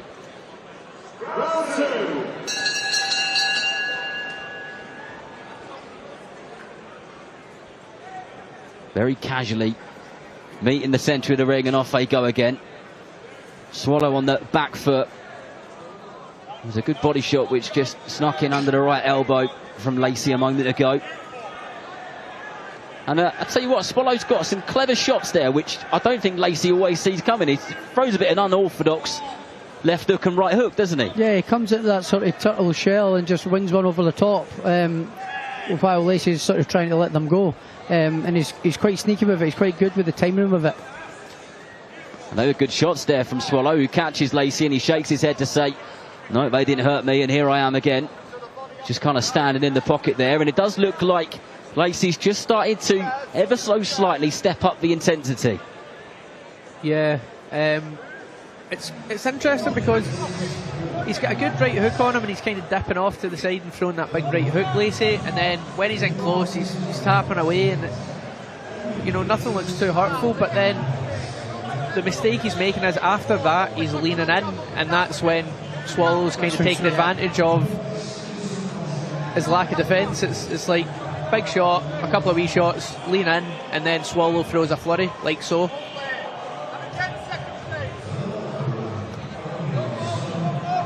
Right hand just whipped Swallow round the ear a moment ago. And he just kind of leaning in, and I don't know, Josh, do you think Lacy, if he just cut that ring off a tiny bit more, he might have a little bit more success with those attacks? Yeah, a little bit. He's kind of following him around a little bit as he's moving away, but like so there, you know, he let him go out of the corner there and just followed him rather than cut the ring off.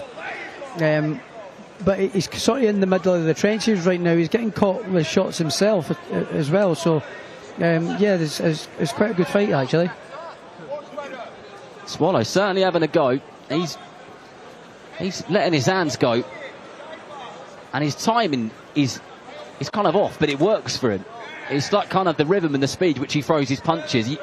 He seems quite difficult to read to me. There's sometimes people that are so unorthodox that they don't even themselves kind of know what they're doing. So and they've got to be so hard to spar or fight, haven't they? Yeah, like how are you meant to... How can you predict that? How can you predict what he's doing right now as another fighter? So...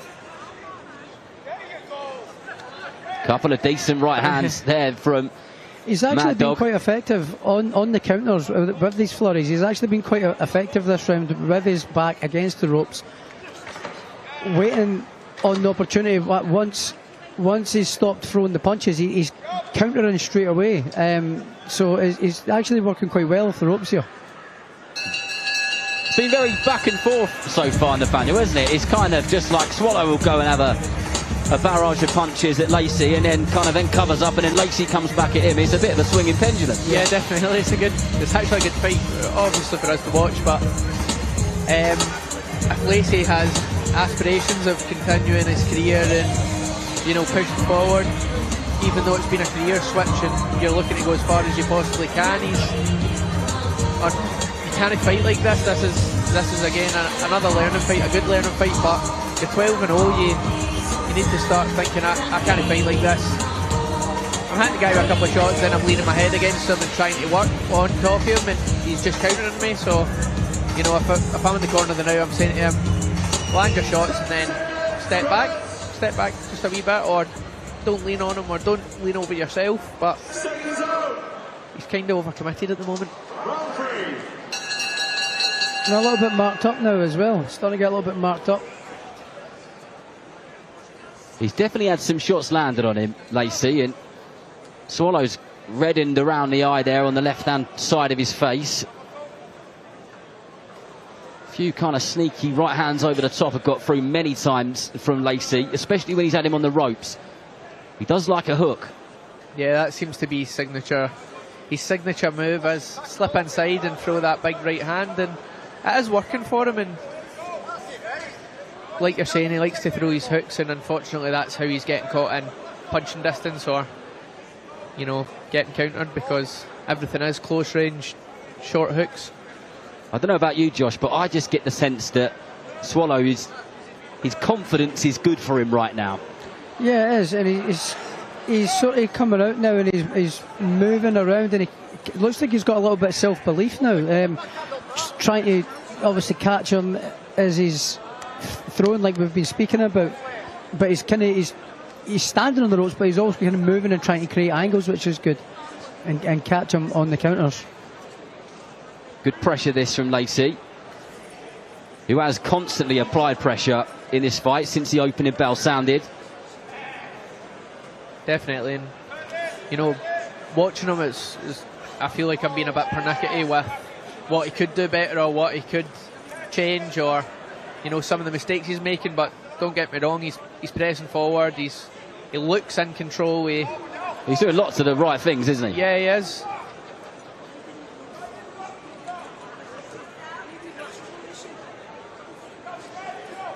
Where Lacy made him miss there,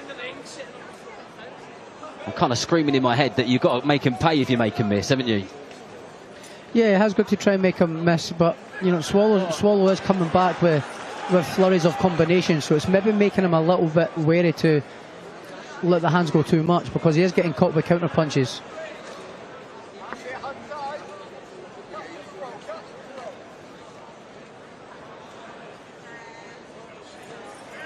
Lacy continues to follow the Swallow around this boxing ring. He's light on his toes. Obviously, the fitness is definitely there. I think, you know, in contrast to the other fights, you've got the younger guys and the boys that have came through the amateurs and are well skilled, and you can tell in their, you know, in the fundamentals, where Lacy here's stepping over himself when he's out of distance to try and then land the shot, and you can tell the difference in skilling. But you know, sometimes you get these people that are just mega gritty, mega fit, and are ready to go for it. And I get the sense that Lacy could kind of just do this for about 10 or 12 rounds quite comfortably, couldn't he? Yeah, it looks like it, but I actually think that Swallow's got a little bit of confidence in that round. Yeah, the self-belief is there, isn't it? Yeah, he's certainly having a go, so I don't think this is a give me fight, to be honest. You know, obviously Lacy's winning, but Swallow seems to still have a little bit of self-belief here, and he's having a go. So he does, he certainly does. And it's going to be interesting, actually, if this goes a distance, to hear how the cards are. How the cards are, yeah.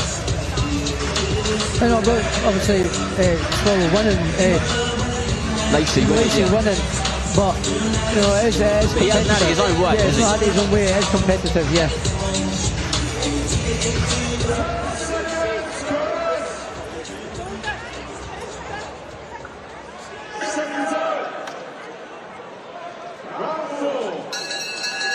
But you know what, I guess when you're moving into 12 professional fights, you shouldn't necessarily be in fights where you're getting it your own way. Either should you. You know, you should be having competitive matchups, and this is a good example of that. Yeah, no, it is a good competitive matchup. Like, yeah, I am enjoying it.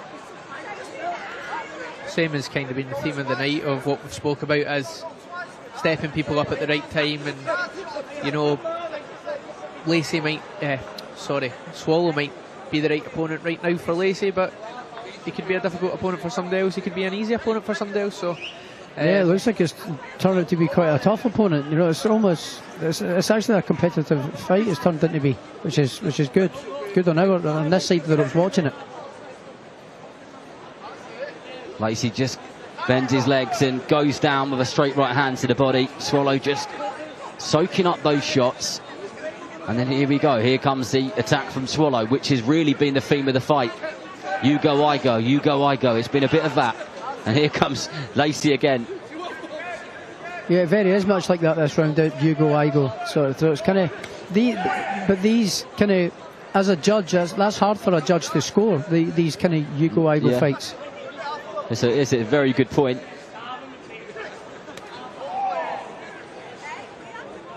A long right hook there from Swallow.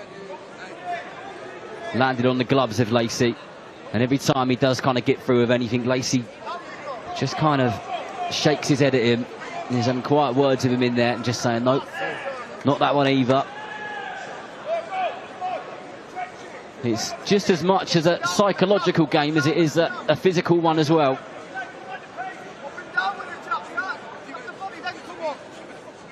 Almost the first time we've seen Lacy kind of back up a bit there, and you get hit with 3 kind of big uppercuts back to back. You know, almost on each side of the ring. So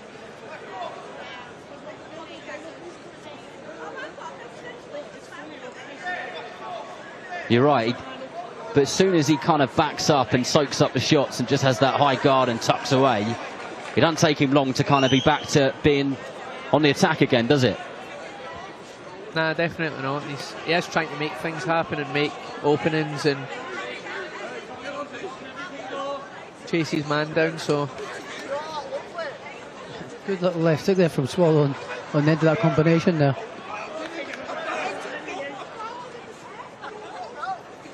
Lacy's body language, for me, is kind of just trying to tell that story of I'm in control here, I'm the confident one.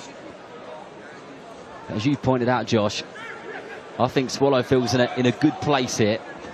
He is in a good place. I think he is in the fight, but it's kind of hard to tell whether he's actually really trying to win or if he's just going through the motions. Going through the motions, yeah.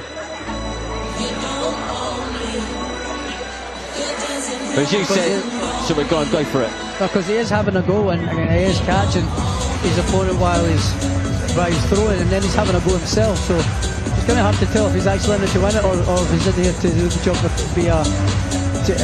take the L. So you don't know. Well, do you know what? Speaking to some of the team in Jack Swallow's corner, and I said it in his ring walk, because they said to me, he isn't your kind of typical away corner fighter. Like, don't think he's one of those. He always really genuinely goes for it, and he wants, like, this sounds like a mad thing to say, but genuinely wants to win. And only kind of, if you're really a proper follower of boxing, will you get that and understand that. But that's a good place to be. Yeah, no, he's shown that. He's shown that in abundance in this fight here.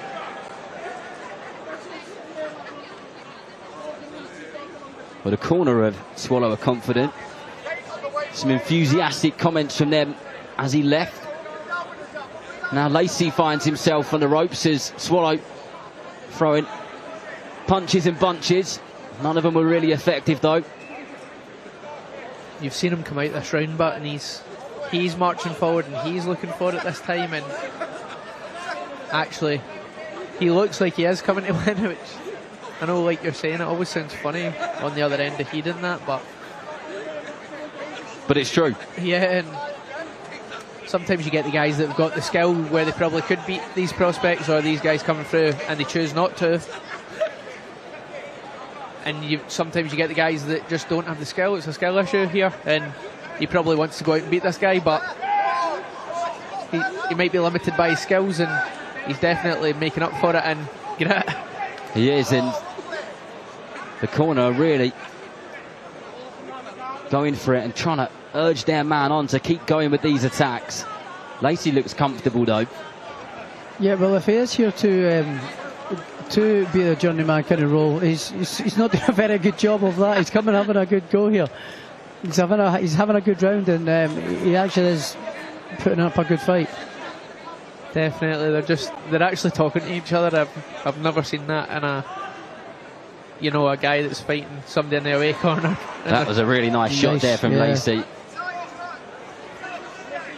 He has landed some solid eye-catching shots, but as has Swallow as well.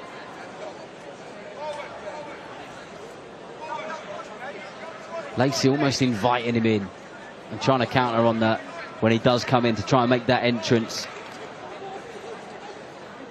Definitely. And although a couple of rounds ago you were saying it looks like Lacy can do this forever, it almost looks like, fatigue is setting in a bit because he's doing some mad movements. That straight right hand to the body goes in over and over again, and he is getting through. He is getting through, but he actually looks a little bit tired here as well. Yeah, I think he actually looks a little bit tired here, Lacy does. The tempo certainly dropped a bit.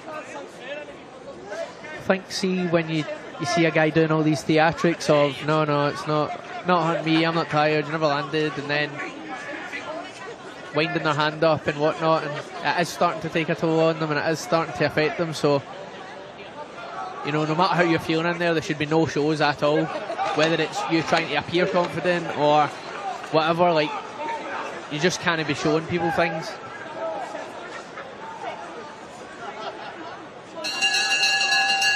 Well, I tell you what, I think Swallow believes that he genuinely is in for having his hand raised here, and I think that psychological process, along with the enthusiasm from the corner, is really spurring him on for it. Yeah, I mean, we're watching them here and watching the body language of the coach, and he's telling me go for it and what shots to throw and stuff. So I think they've kind of ripped up the script, if that's what they're here for, to be a journeyman. But going by what we're watching here, they maybe want to try and win it.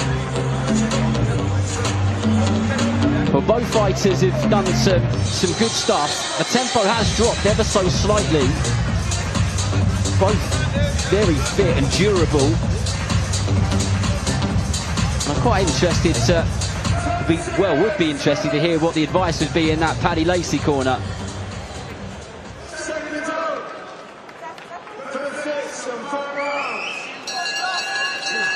Well, here we go, sixth and final round. I think this round is actually really important and could play a big part in the referee scorecard. Yeah, because it has been quite competitive at times. You know, Mad Dog, as he has been a mad dog tonight, you know, it's, he's come in and he's came into the contest and he's made it into a competitive fight. And now he's on the front foot, pushing Lacy back and trying to push the pace. So that's changed a lot, hasn't it? Because for the first couple of rounds, it was Lacy who was continuously on the front foot. Yeah, no, he's maybe just said to himself, no, I'm going to come and try and have a go here. And he's certainly started out this round doing that anyway. Nice work there from Lacy, right uppercut, turned it over on the ropes. Plenty of feints from both men. Swallow gets him on the ropes again, but Lacy just kind of ties him up and then gets some space, and he's back on those toes again. Yeah, like you're saying, Lacy was pressing forward first 2 or 3 rounds, and the tide almost changed, and I think he came out in the third, Swallow, and just went onto the front foot and went for it, and he stayed there ever since, and even trying to hold the centre of the ring now and, you know, upset the odds. Wee bit of taunting in this start of this round as well, so good to see. Yeah, it's been a good watch so far, as Lacy definitely has changed tactics a bit, especially these last couple of rounds. And Swallow coming forward. He's the one that's on his bike now and kind of on the outside and moving around. Swallow's kind of definitely got his confidence here and maybe look like he's going to try and go for the win. Lacy's been good at catching Swallow after he's sustained those attacks. That was a good example of it there. He'll kind of soak up a couple of shots and then he, 9 times out of 10, is landing cleanly. Yeah.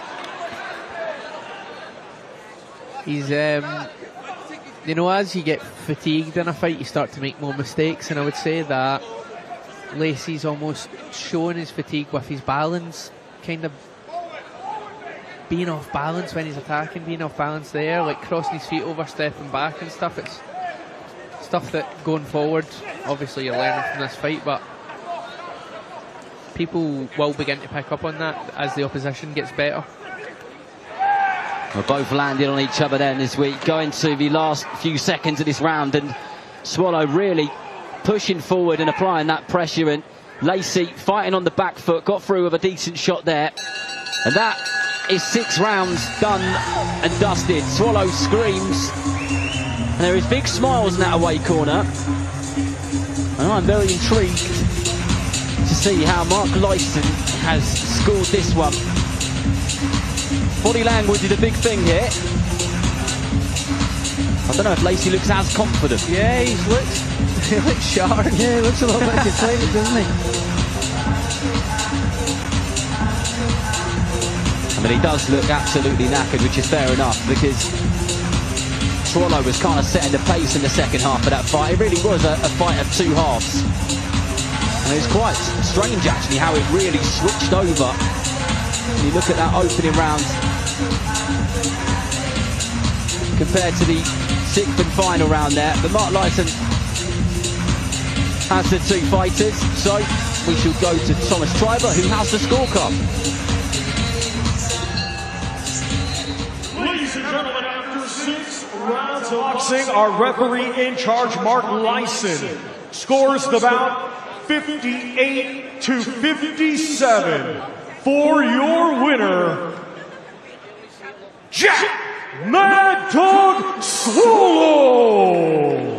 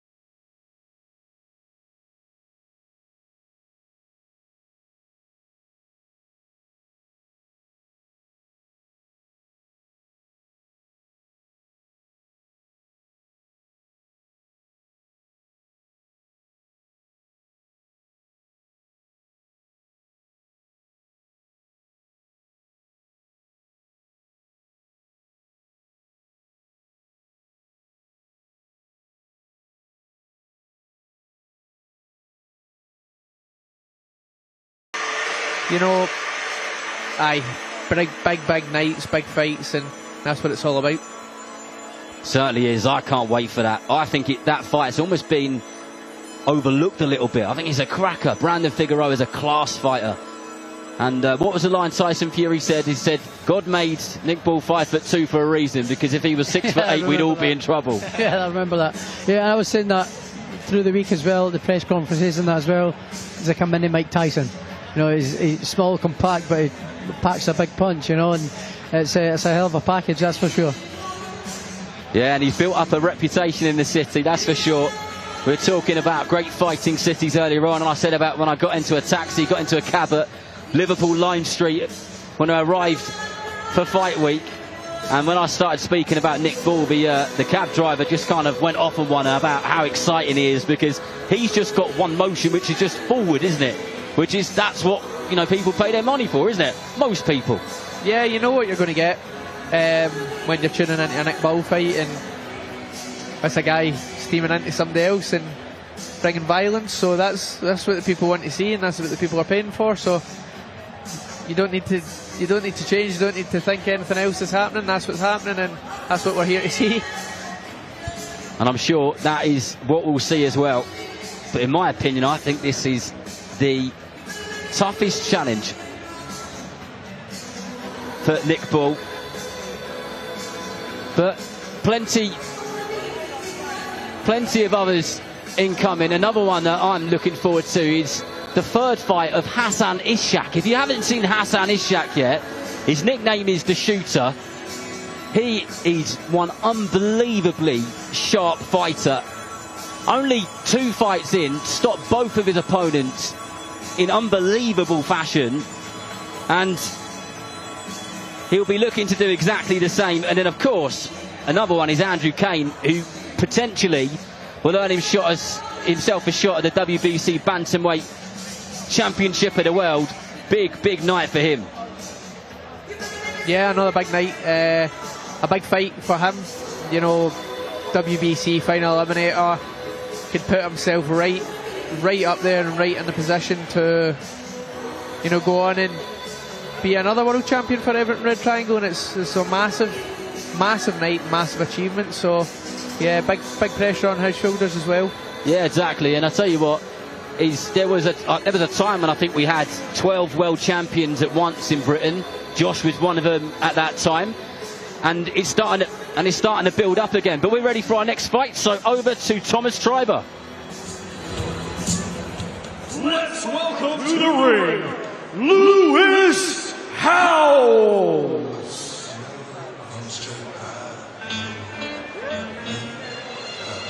Well, the action continues here on the Prelims show on Queensberry and the Zone. And this man is 28-year-old Welshman Lewis Howells. Kicked off his career in winning ways, but has generally been in that away corner since. We'll see what he's all about in just a moment.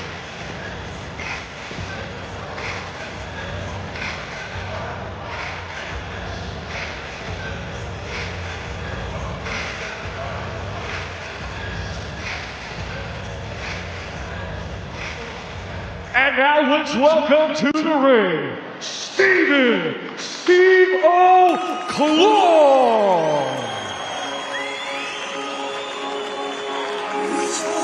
Liverpool's very own Steve Clark, 8-0, trained and managed by the Smith brothers, probably the most famous fighting family from the city. Has won pretty much every single round of his professional career so far, and has cruised through this part of his journey and doing well. Yeah, and a very popular lad as well. Has sold a whole lot of tickets here tonight. So yeah, he's a bit of a promoter's dream really. I think he keep continuing the way he's going, put on the good performances that he has done, and via the tickets that he's selling, that's a promoter's dream.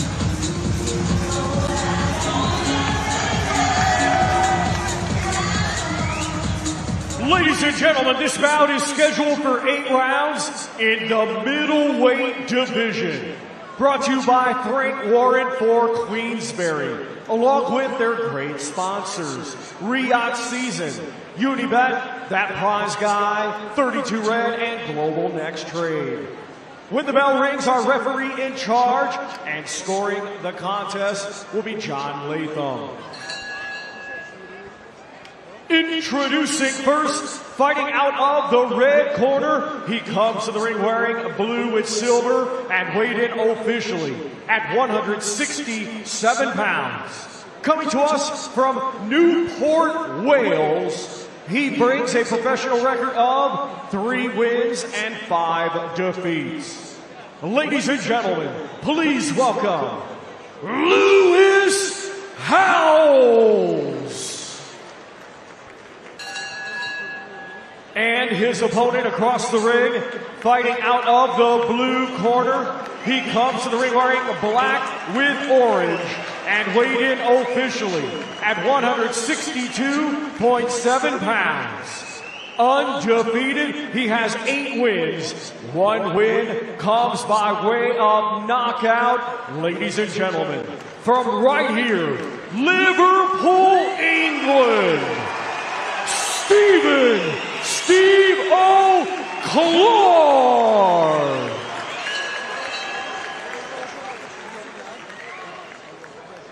Well, as you expect me both, your baby instructions all times.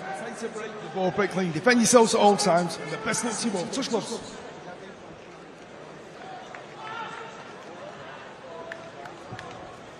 Well, here we go. The last fight on the prelim show is this one. Lewis Howells in the blue and white shorts versus Liverpool's very own and the very, very popular Steve Clark in the black and orange shorts. This one scheduled for 8 3-minute rounds in the super middleweight division. Steve Clark hasn't really put a foot wrong so far in the 8 professional fights which he's had. As Josh said, he sold a hell of a lot of tickets, and speaking to Paul Smith about him a little while ago, they're extremely excited about him, because if he can do the business over and over again and eventually build up to that level, then he could be the next headliner in this arena. Yeah, that's what his dreams and aspirations will be. Obviously, it's very exciting at the start of his career. He's a hell of a ticket setter as well, so he has got a bright future ahead of him. He's a nice young lad as well, really polite young boy too. So yeah, he's a really good lad, Steve, and I'm really looking forward to see how he progresses. you can instantly see how well schooled he is, Nathaniel, can't you? Yeah, he's great. I've seen him before. We go often down, do a bit of sparring at the Four Corners gym down in Liverpool. You know, Joe brings us down, me, Reagan, Dean, and they've had rounds with Steve and, you know, a bunch of the other boys for in there. So, aye, great fighters and very composed. Doesn't rush what he's doing. Looks to see, you know, looks for the openings and finds them well. So, he's got a lot to look forward to in his career. He just lands a bit of a chopping right hand over the top there on Howells, who knows a few of the tricks in the book, which you can already tell. Those straight shots are coming in from Steve Clark, and Howells just kind of lowering his body position. They're going over him, then he's grabbing hold of him. We hope that doesn't become a bit of a theme, because it can make a bit of an ugly fight. But Clark has shown how incredibly mature he is throughout every fight and in every round. And he'll just adapt and overcome is what he'll be wanting to do. Yeah, and he's in good company. He's, like you're saying, under the watchful eye of the Smith brothers and Stephen Smith. I know he spends a lot of time with the boys, and lovely. He's putting them together lovely, and even his head movement there and not rushing anything, and that was 4 or 5 unanswered punches, and he slipped every shot after it, rolled every shot after it, so he's looking very impressive.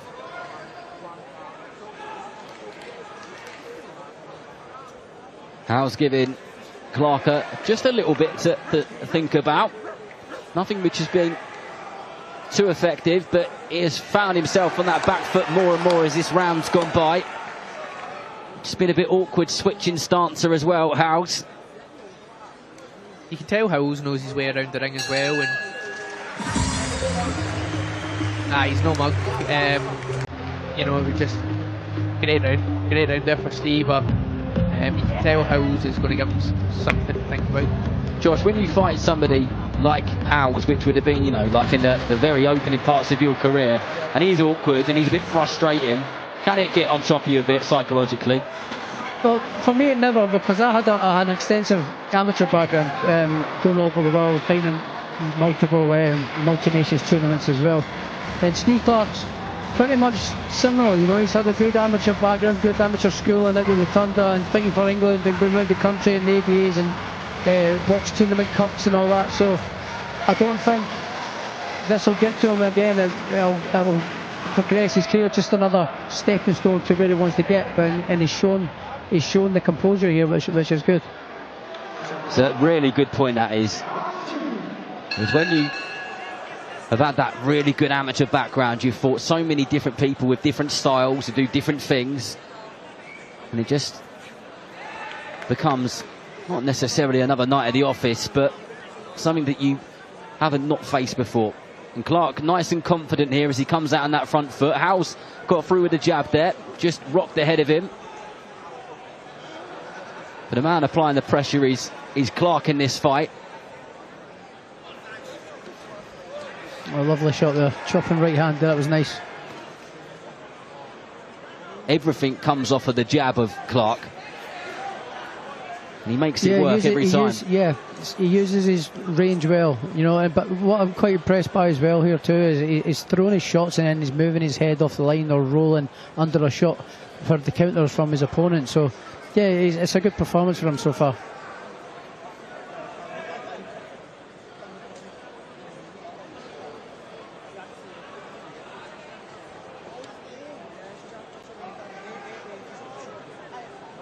You can almost hear the thinking of Steve Clark as he just kind of edges forward time and time again.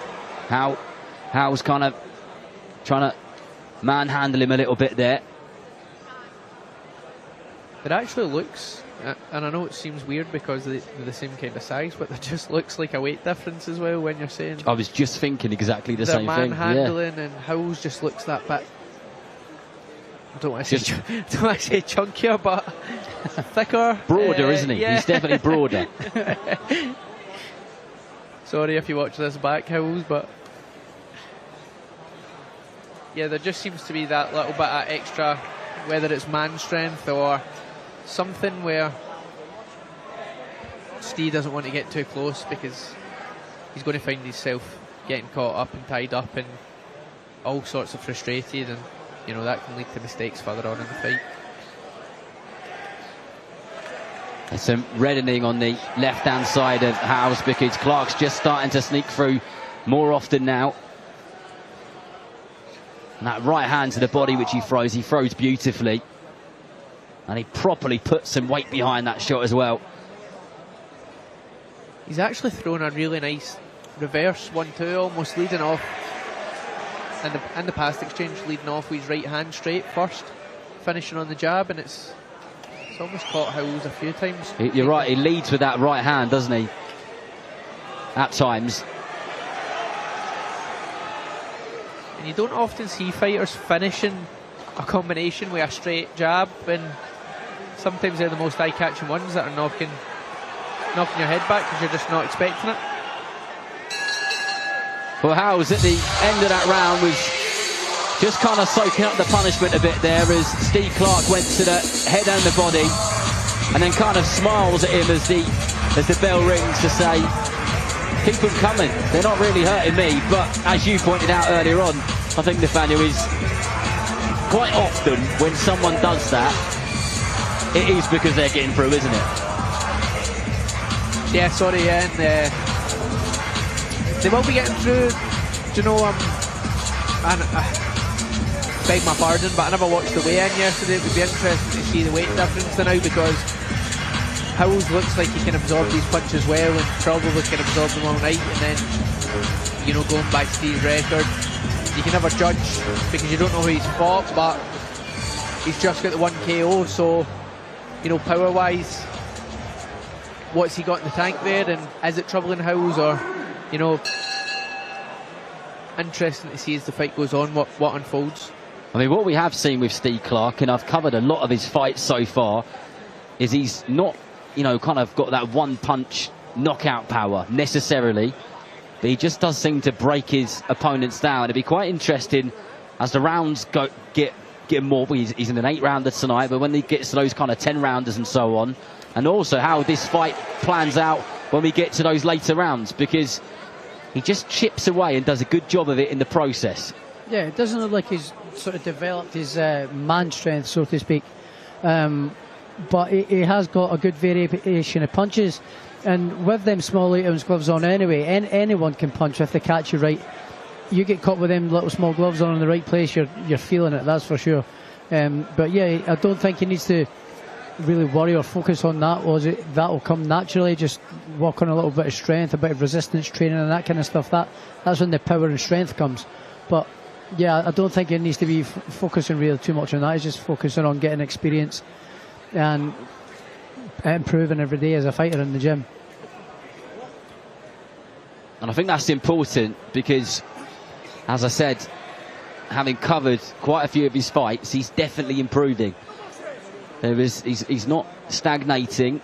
He's getting better and better with each performance, which is exactly what obviously he will want and his team will want and the people around him will want too.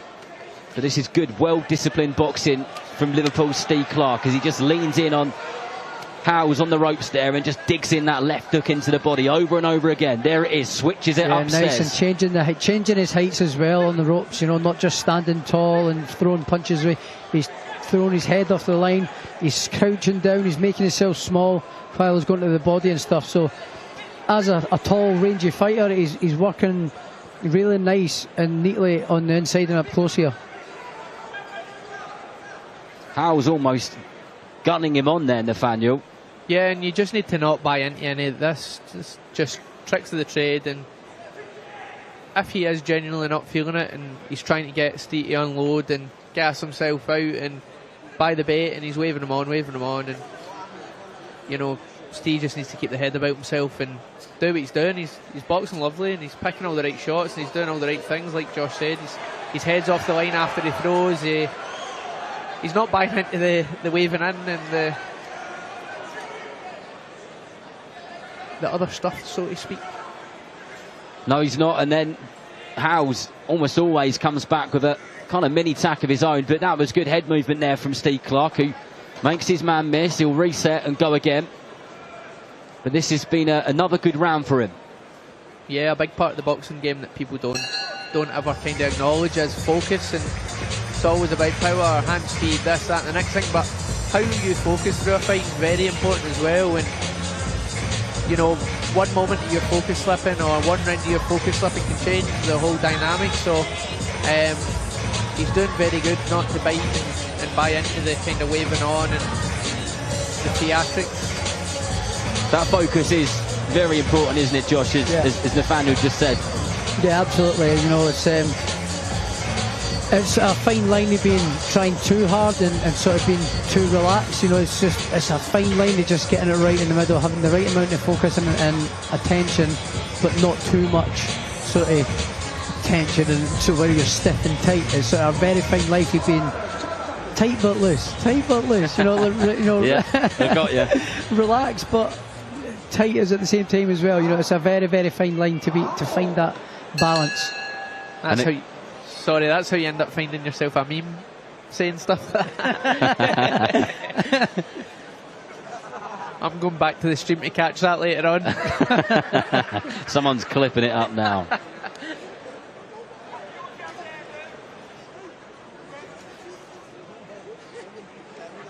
Steve Clark just in the centre of the ring, trying to keep control of that. Just really trying to play the game and make sure he's in control of every little bit of this, every little aspect of it at all times. And as these guys have so eloquently put, he's not been drawn into kind of the body language or the kind of stuff which Howells has been doing on the ropes and encourage him to really have a go. He's been fighting the fight which he wants to fight and fighting a very mature fight in the process. So I'm sure the corner team will be very happy with that. Actually, nice one too there. I actually think Howells has got quite a nice wee jab and just a wee deterrent, and he's almost just as if he's not fit enough to throw his hands enough. So, you know, he's under the pressure of Steve and he can't keep him off, because after his jab and after his wee combination, he's kind of into defensive mode. It's a good observation, that, because I was thinking that with the amount of times and the kind of duration he's lent against the ropes, because I know he's soaking up the shots there, but he's not really doing much other than that, is he? And it's a bit of respite for him almost, even though there's punches and bunches coming flying at him, but he seemed conditioned enough to take it.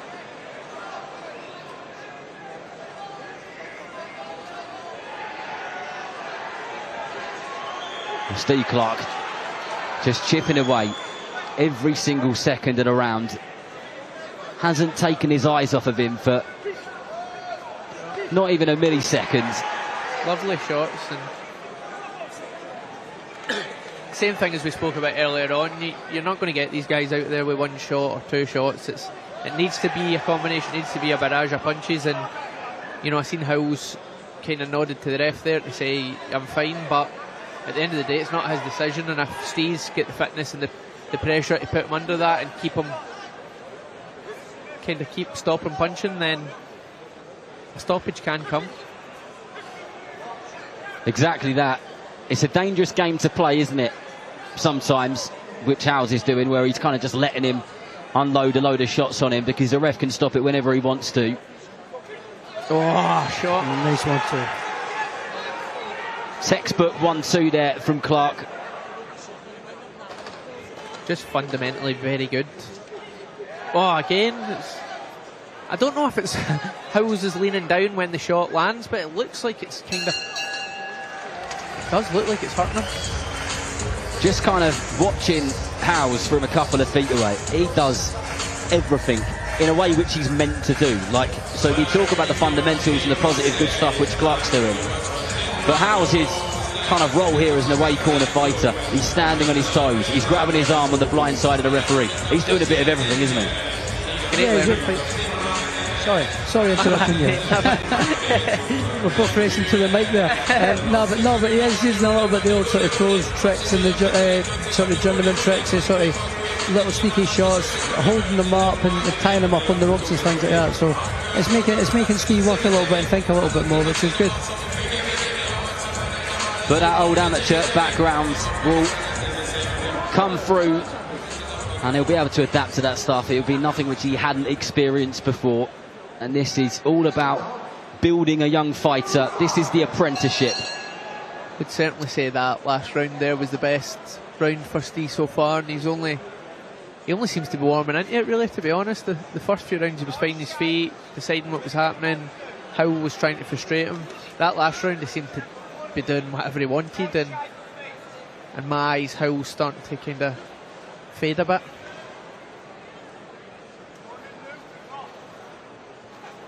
Howells is kind of defensively quite good, actually. You know, he's good at kind of those 3 or 4 shots come in, and he's good at making him miss, isn't he? Yeah, he's got the wee movements, the catches with his hands, the slight off-centre head movement, but again, it's good for the start of the round, the first minute of the round, and then he seems to just almost fade and tire and starts to get caught with more at the end of the round, as we've seen that last round there.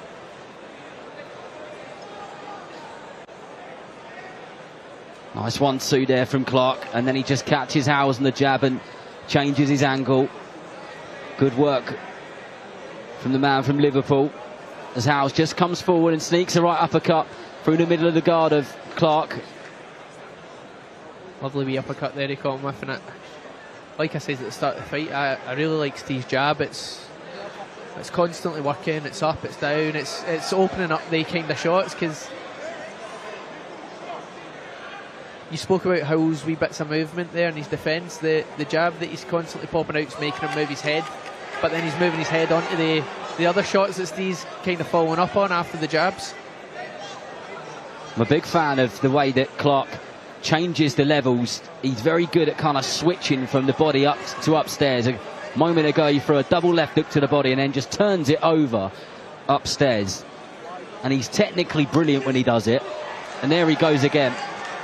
And Howells doesn't really know when these shots are coming. Yeah, he's changing the levels well. You know, he's changing the angles and the heights of himself. You know, he's quite tall for the weight, but he's getting down nice and low, making himself small and coming round the sides of his opponent's elbows.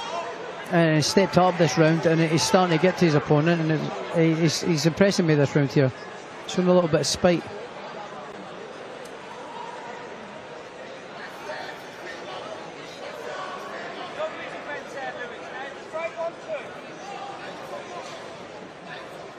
Howells just tries to tie him up again.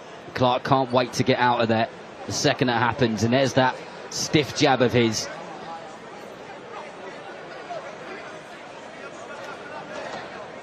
And that uppercut nearly got through from Howells there as we go into the last few seconds of this round. But you can see, Nathaniel, how and why Clark has won pretty much every round of his pro career so far. Yeah, he's just sound, fundamentally sound, doing all the right things, very focused. He's focused enough to just keep doing the right thing, and it's almost as if he's not bothered about what his opponent's doing, whether it's this guy, the next guy. He's just going to keep doing the same things and doing them right, and that's all that matters. And as long as you do that and stick to that, you'll keep winning fights. And do you know what, Josh? He seems like the sort of fighter who's being given instructions. And I think it was Adam Booth said this to me, or someone I was with at the time. No, it was Dave Coldwell. He said you get fighters and you can give them instructions, and they go yeah, whatever, yeah, you know, and then they just go off and do their own thing. Yeah. And then you get fighters who listen and actually do what you've told them to do, and they are the absolute best of the best. Yeah, and I think obviously Steve Clark is obviously listening to the coaches here, and he's carrying out what the instructions are by the sounds of it. You know, they seem nice and calm and collected in the corner, so they seem happy enough with him.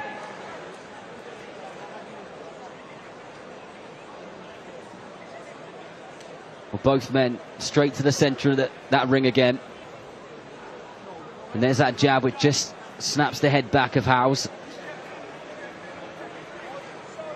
He's certainly got through with many of those, and there's another. And the sweat bounces off Howells' head and glimmers in the brightness of the lights here at the M&S Bank Arena in Liverpool. If you're just joining us, welcome along. Loads of good fights already, and a proper action-packed main card coming up later with the WBA Featherweight Championship of the World on the line in our main event between Nick Ball and Brandon Figueroa. But here we are with Steve Clark doing plenty of the same, but plenty of good. And there's another solid 1-2 there from the man from Liverpool. That was millimetres away from his whiskers there on the chin. If that had caught him there and that landed, that would have been lights out there. That was a cracking 1-2 there. Just doing everything right, everything great. His jab's brilliant. He's stiff 1-2s, landing every time, but at will almost now. So it's what a performance.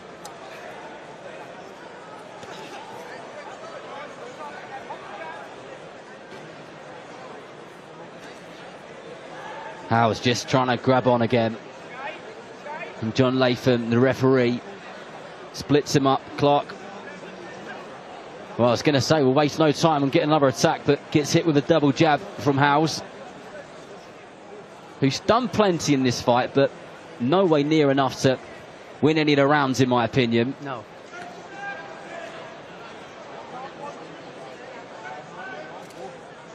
Like you said earlier on in the contest, he's done his role well. He's through back, he's almost stayed in the pocket sometimes, most of the time, and he's using his strength to lean and twist and do what he needs to do. But like you're saying, he's not done anywhere near enough. Or not that he's not done enough maybe, but just Clark's just done everything right that he's meant to be doing.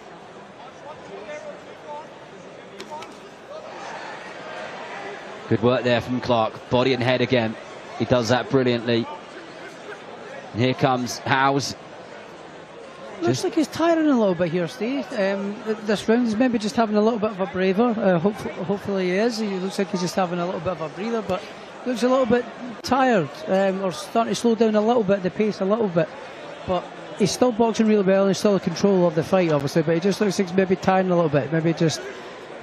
Maybe get a little bit better at sort of managing his pace. You know, I don't know if this is his first 8-round fight. Yeah, and it's a good point, because especially towards the end of that round there, he started to look a little bit more tired, didn't he? A little bit more heavy and stuff, you know. So it's maybe just, you know, when he gets back to the gym with the coaches, maybe just, that's the things I've sort of kind of been picking up on. Working on maybe just varying up the speed and the power of his shots rather than everything being the same sort of power and speed, because that can drain the energy. But sometimes you can throw maybe 4 or 5 maybe lighter punches just to distract your opponent and then put a stiff one in at the end. That helps sort of manage the energy levels a little bit more in a longer contest fight. And Howells is doing a good job of making him wear out by kind of grabbing hold of him, leaning in on him and just kind of tiring him out like that. Yeah. And that takes a lot out of your legs, doesn't it? Yeah, it's starting to look a little bit tired now as well. So yeah, it's a great fight for Steve. It's a great learning fight. So like, if I was his coaches, I'd be maybe started working on a little bit of sort of resistance, kind of strength training, you know, with weighted vests and running and sort of that kind of sort of training with the weighted vest on to get your sort of strength and so you're all round solid. But apart from that, I've got absolutely no criticisms of him. He's boxing really, really lovely here. Well, high praise from Josh Taylor and Nathaniel Collins at ringside for Steve Clark. One thing I would say, and that's probably contributing to his, you know, perceived fatigue, is, in my opinion, just visually, Howells looks a little bit heavier. You know, whether that's the case or not, again, I didn't watch the weigh-in, but you've got this big guy grabbing you, leaning on you, kind of zapping your energy as well. So not only are you starting to fatigue from you putting all the shots together, you've also got this guy in close holding you like that. You're struggling to get out of the grip. You know, it might be something to work on in the gym, where somebody is grabbing you and grappling you and you just try and get loose, get out without fighting. Yeah, again, and that's that kind of that strength resistance kind of training thing that I was talking about, you know. So get one of your coaches, get Paul, for example, you know, his manager Paul, to get in there and wrestle with him, grapple with him, lean on him, put him on the ropes and move him around the ring to tire him out and get him used to using his strength to fight someone off. Well, it sounds like that's what they'll be doing in the gym next week. As a Steve Clark, you've got Josh Taylor and Nathaniel Collins to blame. He trains at the Four Corners gym in Liverpool as well, and they've got you know, a big UFC kind of training facility underneath, and loads of good grapplers and guys in the UFC, so he should get down and do a bit of wrestling, I think.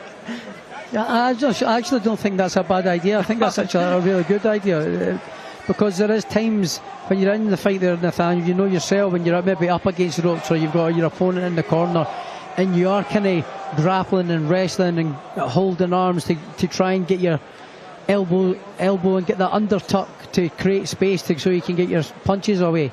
So yeah, I think that would be quite a good idea to do that kind of training and to sort of help develop his strength.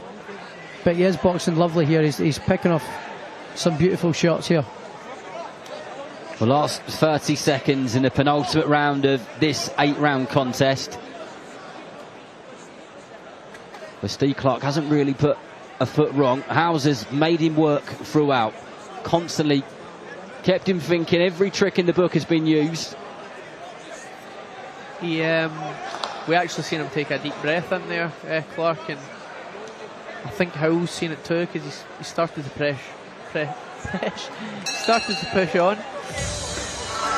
I feel like Howells has grown a bit of confidence the last couple of rounds, actually. Maybe that's just where he's seen Steve Clark get a little bit knackered and the attacks aren't as forthcoming as they were. Yeah, a little bit. He's sort of fatigue starting to set in a little bit by the looks of it. So he's getting a little bit tired, so his strength is not quite at the same as it was. But again, he's boxing great, and he's in boxing terms, he's a baby in boxing terms, so he's got a lot of time to go back, and he'll know himself. He'll feel a little bit tired and where he needs to work on that, a little bit of physical strength, overall just sort of man strength, you know. But you get that with sometimes younger guys, kids get late developers, you know, with strength. I was one myself. I was 27, 28 by the time I started being able to feel a little bit stronger. So yeah, he's got mine. No, he's got loads of times, but this is another great fight for him, and a big learning experience. Right, the two touch gloves for the 8th and final round. And Steve Clark is 24 years old, looking like he's going to move to 9-0. All going well, and we reach the final bell here. And both of them are coming out with a bit of urgency, which is nice. Yeah, you want to see that from a prospect as well. He's want to come in and make sure he gets the job done. Maybe you can try and finish it with a highlight reel finish or get the stoppage, you know, so it'd be a perfect end to the fight. But Howells just came out and started having a go as well, so yeah, he's maybe had a little bit of belief as well. But the amount of times that you hear in boxing gyms and interviews and just in boxing in general over the years. Oh, a lovely shot. That was a good left hook to the body there. Shot. And he kind of looked to his corner, and there is that delayed reaction.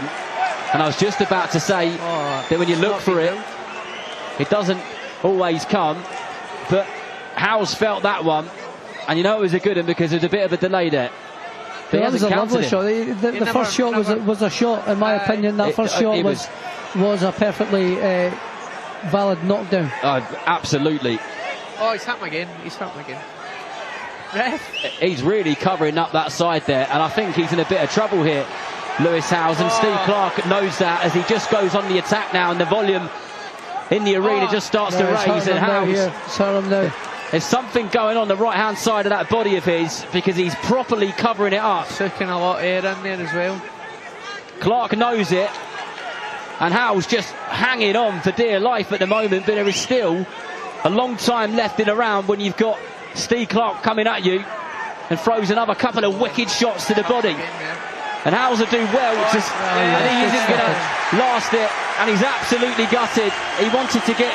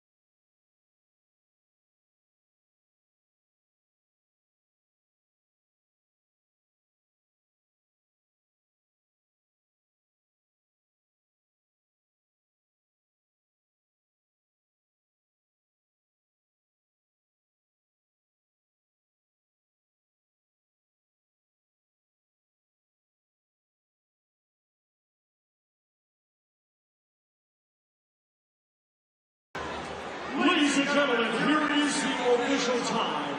1 minute 42 seconds of round number 8. Our referee, John Latham, steps in, stops the contest. Therefore, you winner by way of technical knockout. And still undefeated, Steve